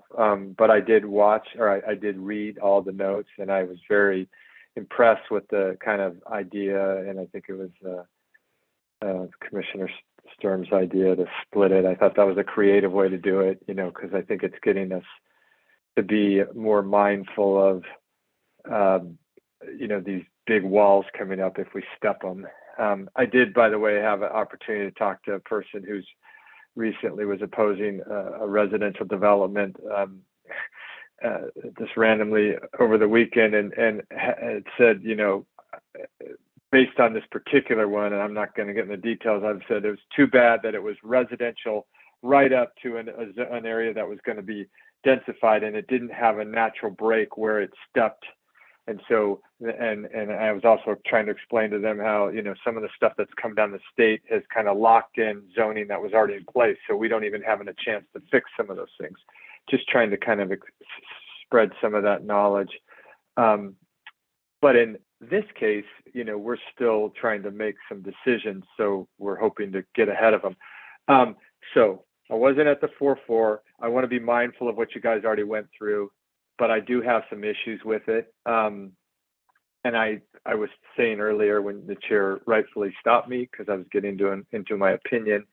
I think if I had been at the 4-4 meeting, what I would have advocated, and I'll advocate now because we're going to vote tonight and I'm going to vote my opinion, that we get more aggressive. And so when the idea came up of what do we present to commission, to the city council, maybe a nuanced way of doing that would be, could we actually make a recommendation and call it our conservative recommendation? And then could we say, and by the way, here's an aggressive recommendation. And if you went that way, here's what we tinker with, we do this, we do higher ADU yields or whatever levers, higher just yields, maybe BART was lower.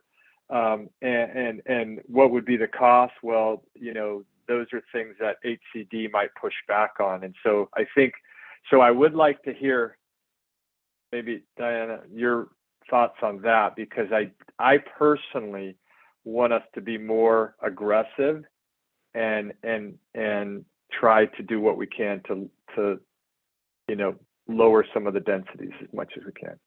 So I want to stop for a second, and Diana, if you don't mind, what would happen if we went to council with two plans like that? Is there any feedback? from your opinion? Well, I don't know off the top of my head. I'd have to think about that. I think the most important thing is that I want to deliver a certifiable housing element for you. And I've been doing this for 30 years, and granted, the last 3 years or so, the requirements have changed enormously. And we're trying to comply with them. And it's an ongoing thing where, like, I'm learning new things. I thought I understood something, and then the state does something different. And I think that everything that we've done in this housing element has been with the intention and lens to get it certified. I respect the desire to be more aggressive, and I am not that person. I think that if I'm not that person in the sense that I am doing my best to give you a certified housing element. And if you want to be more aggressive, we'll work with that. And all I can do is give you my, expertise of 30 years of doing this stuff to tell you that this is how I think you should do it in order to get a certified housing element. I don't know if that really answers your question, Vice Chair, but that's the most honest response I can give you. No, actually, I think that's a great response. And I think it's a good point and I appreciated that you said, it's things have changed a little in the last few years, because you obviously have the most experience here, and it's been very appreciative. And I certainly have tried to learn as much as I can from you, because this is all new to me. I did allude earlier that just my day job of negotiating, I feel I'm always trying to push my agenda, whatever I do. Like, if I want to do this and the other person does, how far can you push before you push too far? And I feel this is one that if I were on city council, so I feel like I should think the same way on planning commission, because I'm asking them to do that, I would say we should push as hard as we can.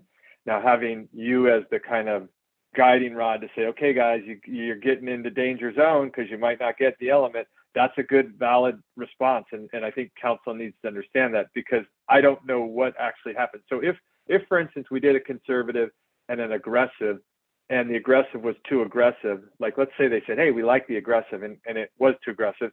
Well, what really happens? We lose our birthday, or do they make us do it again? What really happens, so that is it worth the cost to take it? And that's kind of what I would want to. So at the end of the day, I think I'm leaning towards scenario 2 as my conservative, but a more aggressive one. And I don't know exactly what it would be, but it would be probably going 35 all the way on north of, not upzoning the second half, pushing the ADUs number. And I know that one seems more black and white, but they seem so out of whack with what they're asking the state. And then the yield densities, that one, I think we have an easier argument to make based on what we've had. So I'll stop there, but I would like to do that, and then provide to city council a little bit of understanding on the risk side if they were to take the aggressive one. That's where I am. Okay. Thank you. Commissioner Heising. Yeah, I just want to say I really appreciate Diana's response to the vice chair's question, and have a question tiered off that is it fair to say that because scenario 2's in the staff report before us tonight, that you're comfortable with that scenario, even though staff's recommended scenario 1, does scenario 2 get us the approved housing element?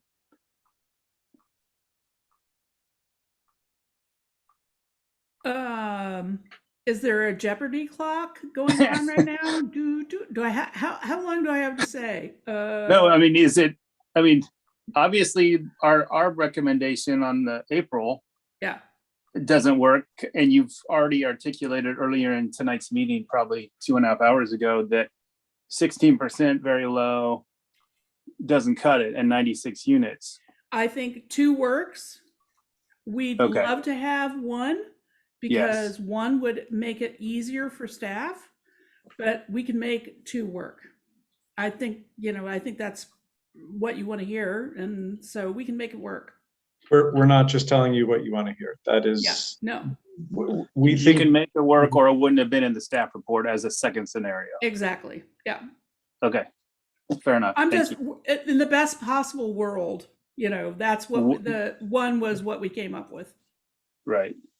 Except that it ups the units in the downtown right along Mount Diablo. So, okay. All right. Thank you very much. Commissioner Vice Chair Lavange, please. I just forgot two questions I wanted to ask, sorry. One was on the idea of reusing opportunity sites before and to kind of avoid having to go through that. Is there a minimum, could we go like 1 DU per acre and then get a, is there a minimum that we need to get that clause? I don't think that there is an actual like something in the law that says it has to be some amount. It just has to be an amount that is meaningful. Like everything in the housing element world, it has to be meaningful. So. Okay. All right. Well, then, I mean, I like that idea and I like being able to use those. So maybe that on my aggressive option, I would say, let's go 36 acres, DUs per acre. And that might give us some ability to do that without all the extra legwork that maybe we don't don't know, or whatever that number is, 2, 3, 4. And then my other question is, with cities getting approved now and that kind of feedback loop coming across the state, and I'm completely not knowledgeable about this at all, except for the comments we've received. Is there any learnings that you've seen that you would say give us, and I'm asking you to kind of stretch here on the aggressive side, that would give us, more willingness to be aggressive on any points?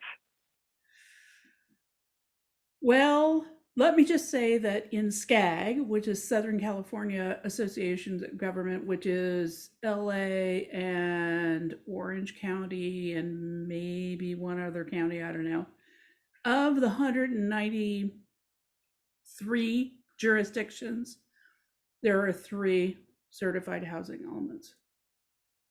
3 out of 193. I mean, or maybe 194, I don't know.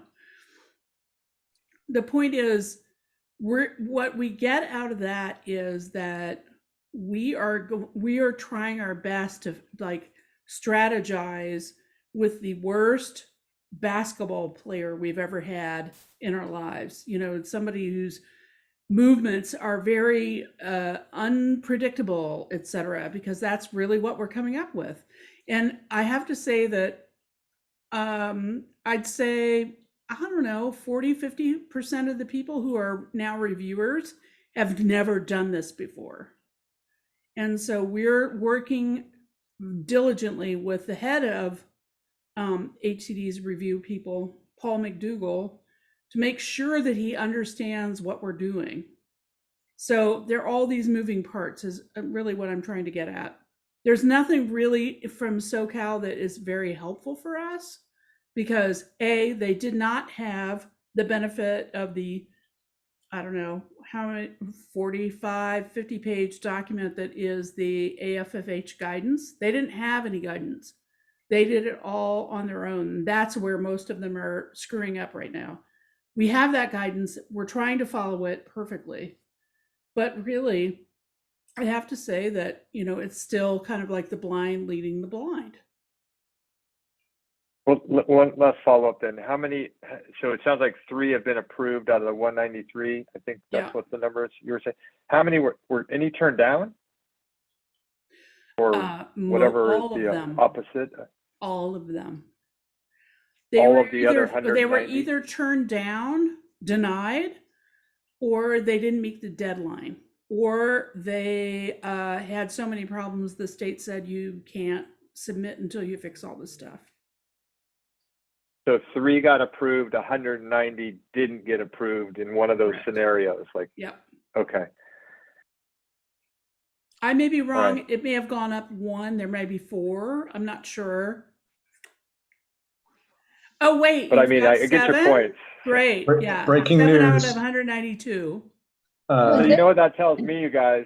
That tells me we can be ultra aggressive because we're going to be in that big lot of groups who didn't get approved, but we'll have to go back. And what do we have to lose, right? I mean, Well, I say that we have a lot to lose, tongue-in-cheek. actually. If we don't have a certified housing element, we lose transportation funds. Any development that wants to come in that does affordable housing that wants state funding can't get it. And a developer can come in and say, you don't have a certified housing element, so therefore I can sue you in a court, and the judge can require you to build, require the city to allow building of something that doesn't even fall within zoning or land use planning. That's what we're okay. trying And I'm to sorry to avoid hog up. I know I'm hogging up a lot of time, but I think this is important. So does that mean there's 190 jurisdictions who are completely derelict in what they're Yes. doing? Or Yes, and many of them have, Okay, yes. Well, they're trying, but many of them are trying to comply and can't right now because of the state's requirements. And several of them are being sued right now. I can think of, I think South Pasadena, a bunch of stuff in LA County are being sued right now by developers. So they're going to propose a thing, a development, and because there's no certified housing element in place, a judge can say, city, you have to allow this development. so they're on an earlier time frame than we are. Yes. Yes. Yeah. Okay. They All had right. to Well, have thank had you. a That's good to know. certified housing element. No, they had to have been submitted by October 15th of last year and be certified by February 15th of this year, and 190 of them were not. All right. Well, I appreciate that. I still would advocate that we have our regular, which I'll call the conservative, and then a slightly more aggressive, and then that would give council, because I think they're ultimately going to discuss that anyway. So that's kind of my opinion. So I will shut up now. Thank you, guys. I appreciate it. Thank you. Commissioner Farzan, your hand? No? Okay. I'll just share a couple. I want to make sure all commissioners have felt heard before I share my opinions or my thoughts. The way I look at it is that we can choose to be a city that follows the law or doesn't follow the law. I realize that's very boiled down, and I realize that might not be a popular, way that maybe people want to hear it, but that's the way I'm looking at this. And growth of any type is hard to stomach, but growth is not bad, right? It's perceived as bad. Having a housing element that follows the law, having zoning that can accommodate our arena numbers doesn't mean that tomorrow the entire Lafayette is getting whatever 2,300 new housing units. I do agree, Commissioner Heising, I think you worded it really well, and I know others echoed this as well, but we came to the decision on April 4th in the scenario. We chose as a planning commission to differ slightly than GPAC's recommendation, and it came down to the De Silva site. GPAC, I think, was a 6-5 recommendation to include De Silva, so they were really close. When Planning Commission looked at it, I do agree, we were trying to preserve the existing density downtown, but we were struggling with how to do that and not include De Silva. And I think Commissioner Sturm did come up with a great solution. And I hate to put more on staff, but I do agree that scenario 2 more closely represents our intent as a planning commission's recommendation from April 4th, which also upholds the overall intent of GPAC. with the caveat that I realized De Silva was included in the GPACs. So for me, I'm leaning towards scenario 2. I definitely understand staff's recommendation for scenario 1, but I think scenario 2 more aligns with the public comments that we're hearing, the input that we've received from GPAC up until this point, as well as our own opinions. I personally, and sorry, Vice Chair Lavange, I personally do not feel that we should give a scenario A and a scenario B to City Council. I think I view our job tonight as making a recommendation that something we feel good about. I do realize that nothing is 100% ideal, right, in every situation we're ever put in life, but I do think that we should present the best scenario tonight to move forward to City Council that incorporates public comment we've heard throughout the 2 years of GPAC or the year and a half of GPAC. That includes Diana's input, that includes staff's input, that includes our own planning commission input. So for me, that would be scenario 2. I do realize we're only on Appendix C and we still have a few more appendices to get through, but I do think this is an important kind of time in our discussion to lean towards a scenario if there's going to be one. Commissioner Farsan. Thank you, Chair. Well, I guess if we're gonna pick between the 3 scenarios, I didn't say which one. If I did, I would also lean to scenario number 2. But between the 3.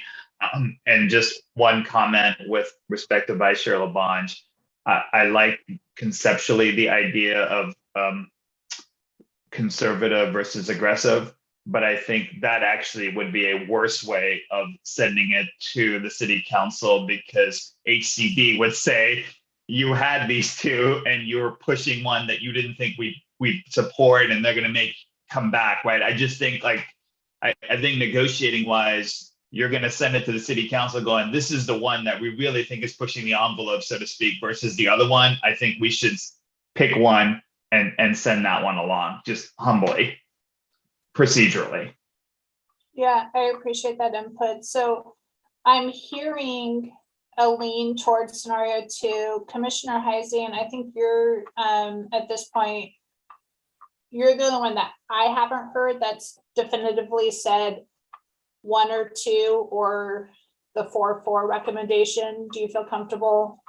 Oh yeah, sorry, I saying where you're at? apologize. I thought I was clear earlier. I'm leaning towards, I'm supporting scenario 2. Okay, so I am hearing a consensus for the members who are here tonight, the 6 of us, leaning towards scenario 2, which would be a comprehensive update to any applicable text, tables, calculations throughout the entire draft housing element. So with that, oh, Diana, were you going to say something? Okay, I just caught you out of the corner of my eye. So with that, for Appendix C, are there any other discussion items before we move to Appendix D? Okay, I'm seeing none. So let me go back to my table here. Appendix D is affirmatively furthering fair housing, AFFH. This is a new section that we're reviewing tonight. It's a complete analysis of barriers to access to opportunity in Lafayette. And there's an attachment, a couple attachments that are also included. I did have that one question that Diana was able to answer. Were there any discussion items on Appendix D that the commission would like to bring up? Okay, seeing none. Appendix E, review of prior element. This is new. Summary of progress towards quantified objectives and implementation of the GPPs of the previous housing element, goals, plans, and policies for the previous housing element. Any discussion items here? Okay, seeing head shaking no. We can move to Appendix F, public participation narrative. This is a new section. It's a summary of the outreach efforts and engagement outcomes for the housing element. Any comments or discussions from the commission? Okay, seeing none, heads are shaking no. And Appendix G, the housing element implementation plan. This has been reviewed before. This is additions to goals, policies, and programs to address affirmatively furthering fair housing requirements and other statutory requirements and remove constraints to development. So this is redlined. Any discussion for Appendix G? Okay. So with that, I'm just scrolling down to the end of the staff report here, page 6 of 6.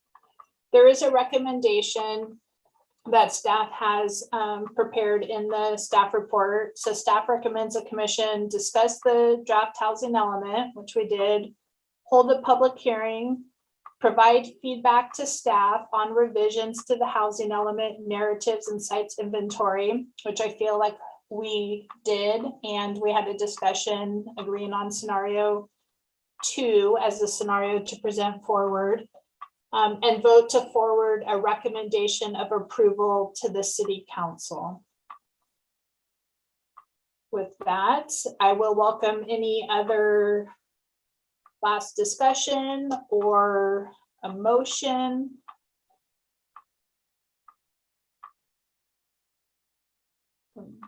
Anybody?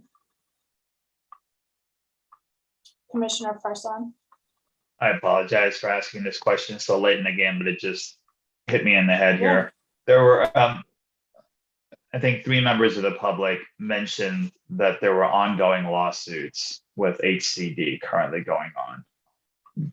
Do we have any sense of how that may affect the process at all? I mean, do we have any general sense, or is it just going forward with that in the background?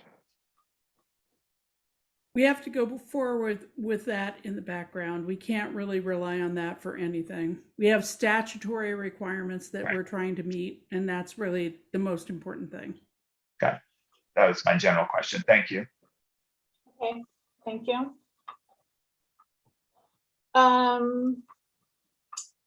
So again, I will just welcome motion. Commissioner Maggio. If you wouldn't mind unmuting, please. Oh, before you do, Greg. Oh, okay, that's it.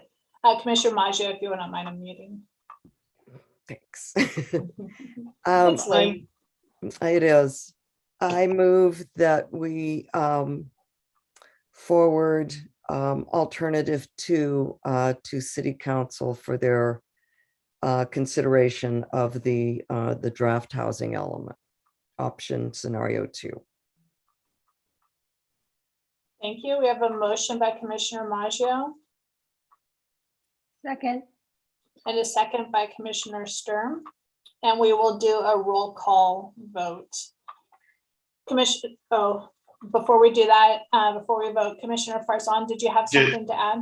No, just for clarification, it will include the changes that are necessary throughout the draft based on scenario number 2 as a friendly amendment. I know the chair said that earlier, but since we're making the motion, I just wanted that on the record. Perfect. So if we have a friendly amendment, do we need to re-second the friendly amendment? Yeah, the commissioner who made the motion needs to accept it, and then there needs to be a new second. Okay. Thank you, Commissioner Farzan. I accept the amendments. Okay, thank you. Second. Okay, thank you. So we have a motion that is going to be scenario 2 comprehensively updated throughout the draft housing element that would then be presented to City Council. A motion by a friendly modified motion by Commissioner Maggio and a second by Commissioner Sturm. And then we can move to a roll call vote, please. Commissioner Farsan, Aye. Commissioner Heising, Aye. Commissioner Maggio, Aye. Commissioner Sturm, Aye. Vice Chair Labange, Nay. and Chair Radnich, aye. So that's 5 ayes, 1 nay, and 1 not present tonight. Thank you. Greg, were you wanting to add something? No. I'd like to add something. I'd like to just thank you all for your time on this, and particularly Chair Radnich, who has spent many, many hours in GPAC meetings. Thank you all. And thank you, staff. Thank you. I think they say it takes a village, right? I think it takes the entire city of Lafayette to pull off the housing element. Okay, moving back to our agenda. Oh, sorry, Diana. Oh, you're saying goodbye. Good night. Good night, Diana. Back to our agenda, item 8, other business, ARC volunteer for May 13th. Let me pull out the calendar. If others can't do it, I can do it. Well, I think that's gonna take you up on that one. Hold on a sec. Yeah, okay. Hold on. I'm just to confirm, 9:30-ish on Zoom still?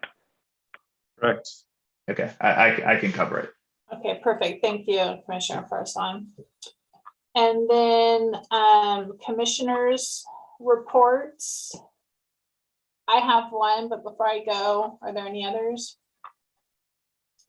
So GPAC did have it's kind of like a debrief session, maybe 2 weeks ago. And it was kind of just, how has the first year and a half gone? Greg, I'm totally blanking on his name right now. Jamie Harris, I think.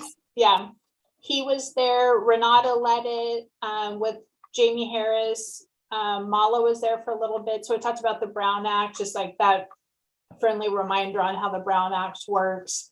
And then also feedback, and I'm forgetting the triangle, Renata. There's 3 pieces to the triangle. Yes, the 3 components were results, process, and relationships. Yeah, and so we were just, it was an interactive, it was actually in person, which was nice to meet people for the first time in a year and a half or 2 years of talking to them. And yeah, it was a nice focused meeting, not by any way bashing the process, right? Like a very constructive feedback loop for moving forward. And it was great. And then we are right now for GPAC moving back to the 3rd Tuesday of every month, with the caveat that May is not going to be the 3rd Tuesday because it is Taste of Lafayette. Correct. Going on. So there's going to be another date, but that'll be coming out. But really, right now we're going back to the 3rd Tuesdays for those who are following online who would like to attend. Those are at 6 o'clock. And then we can move to item 10, Planning Director's Report.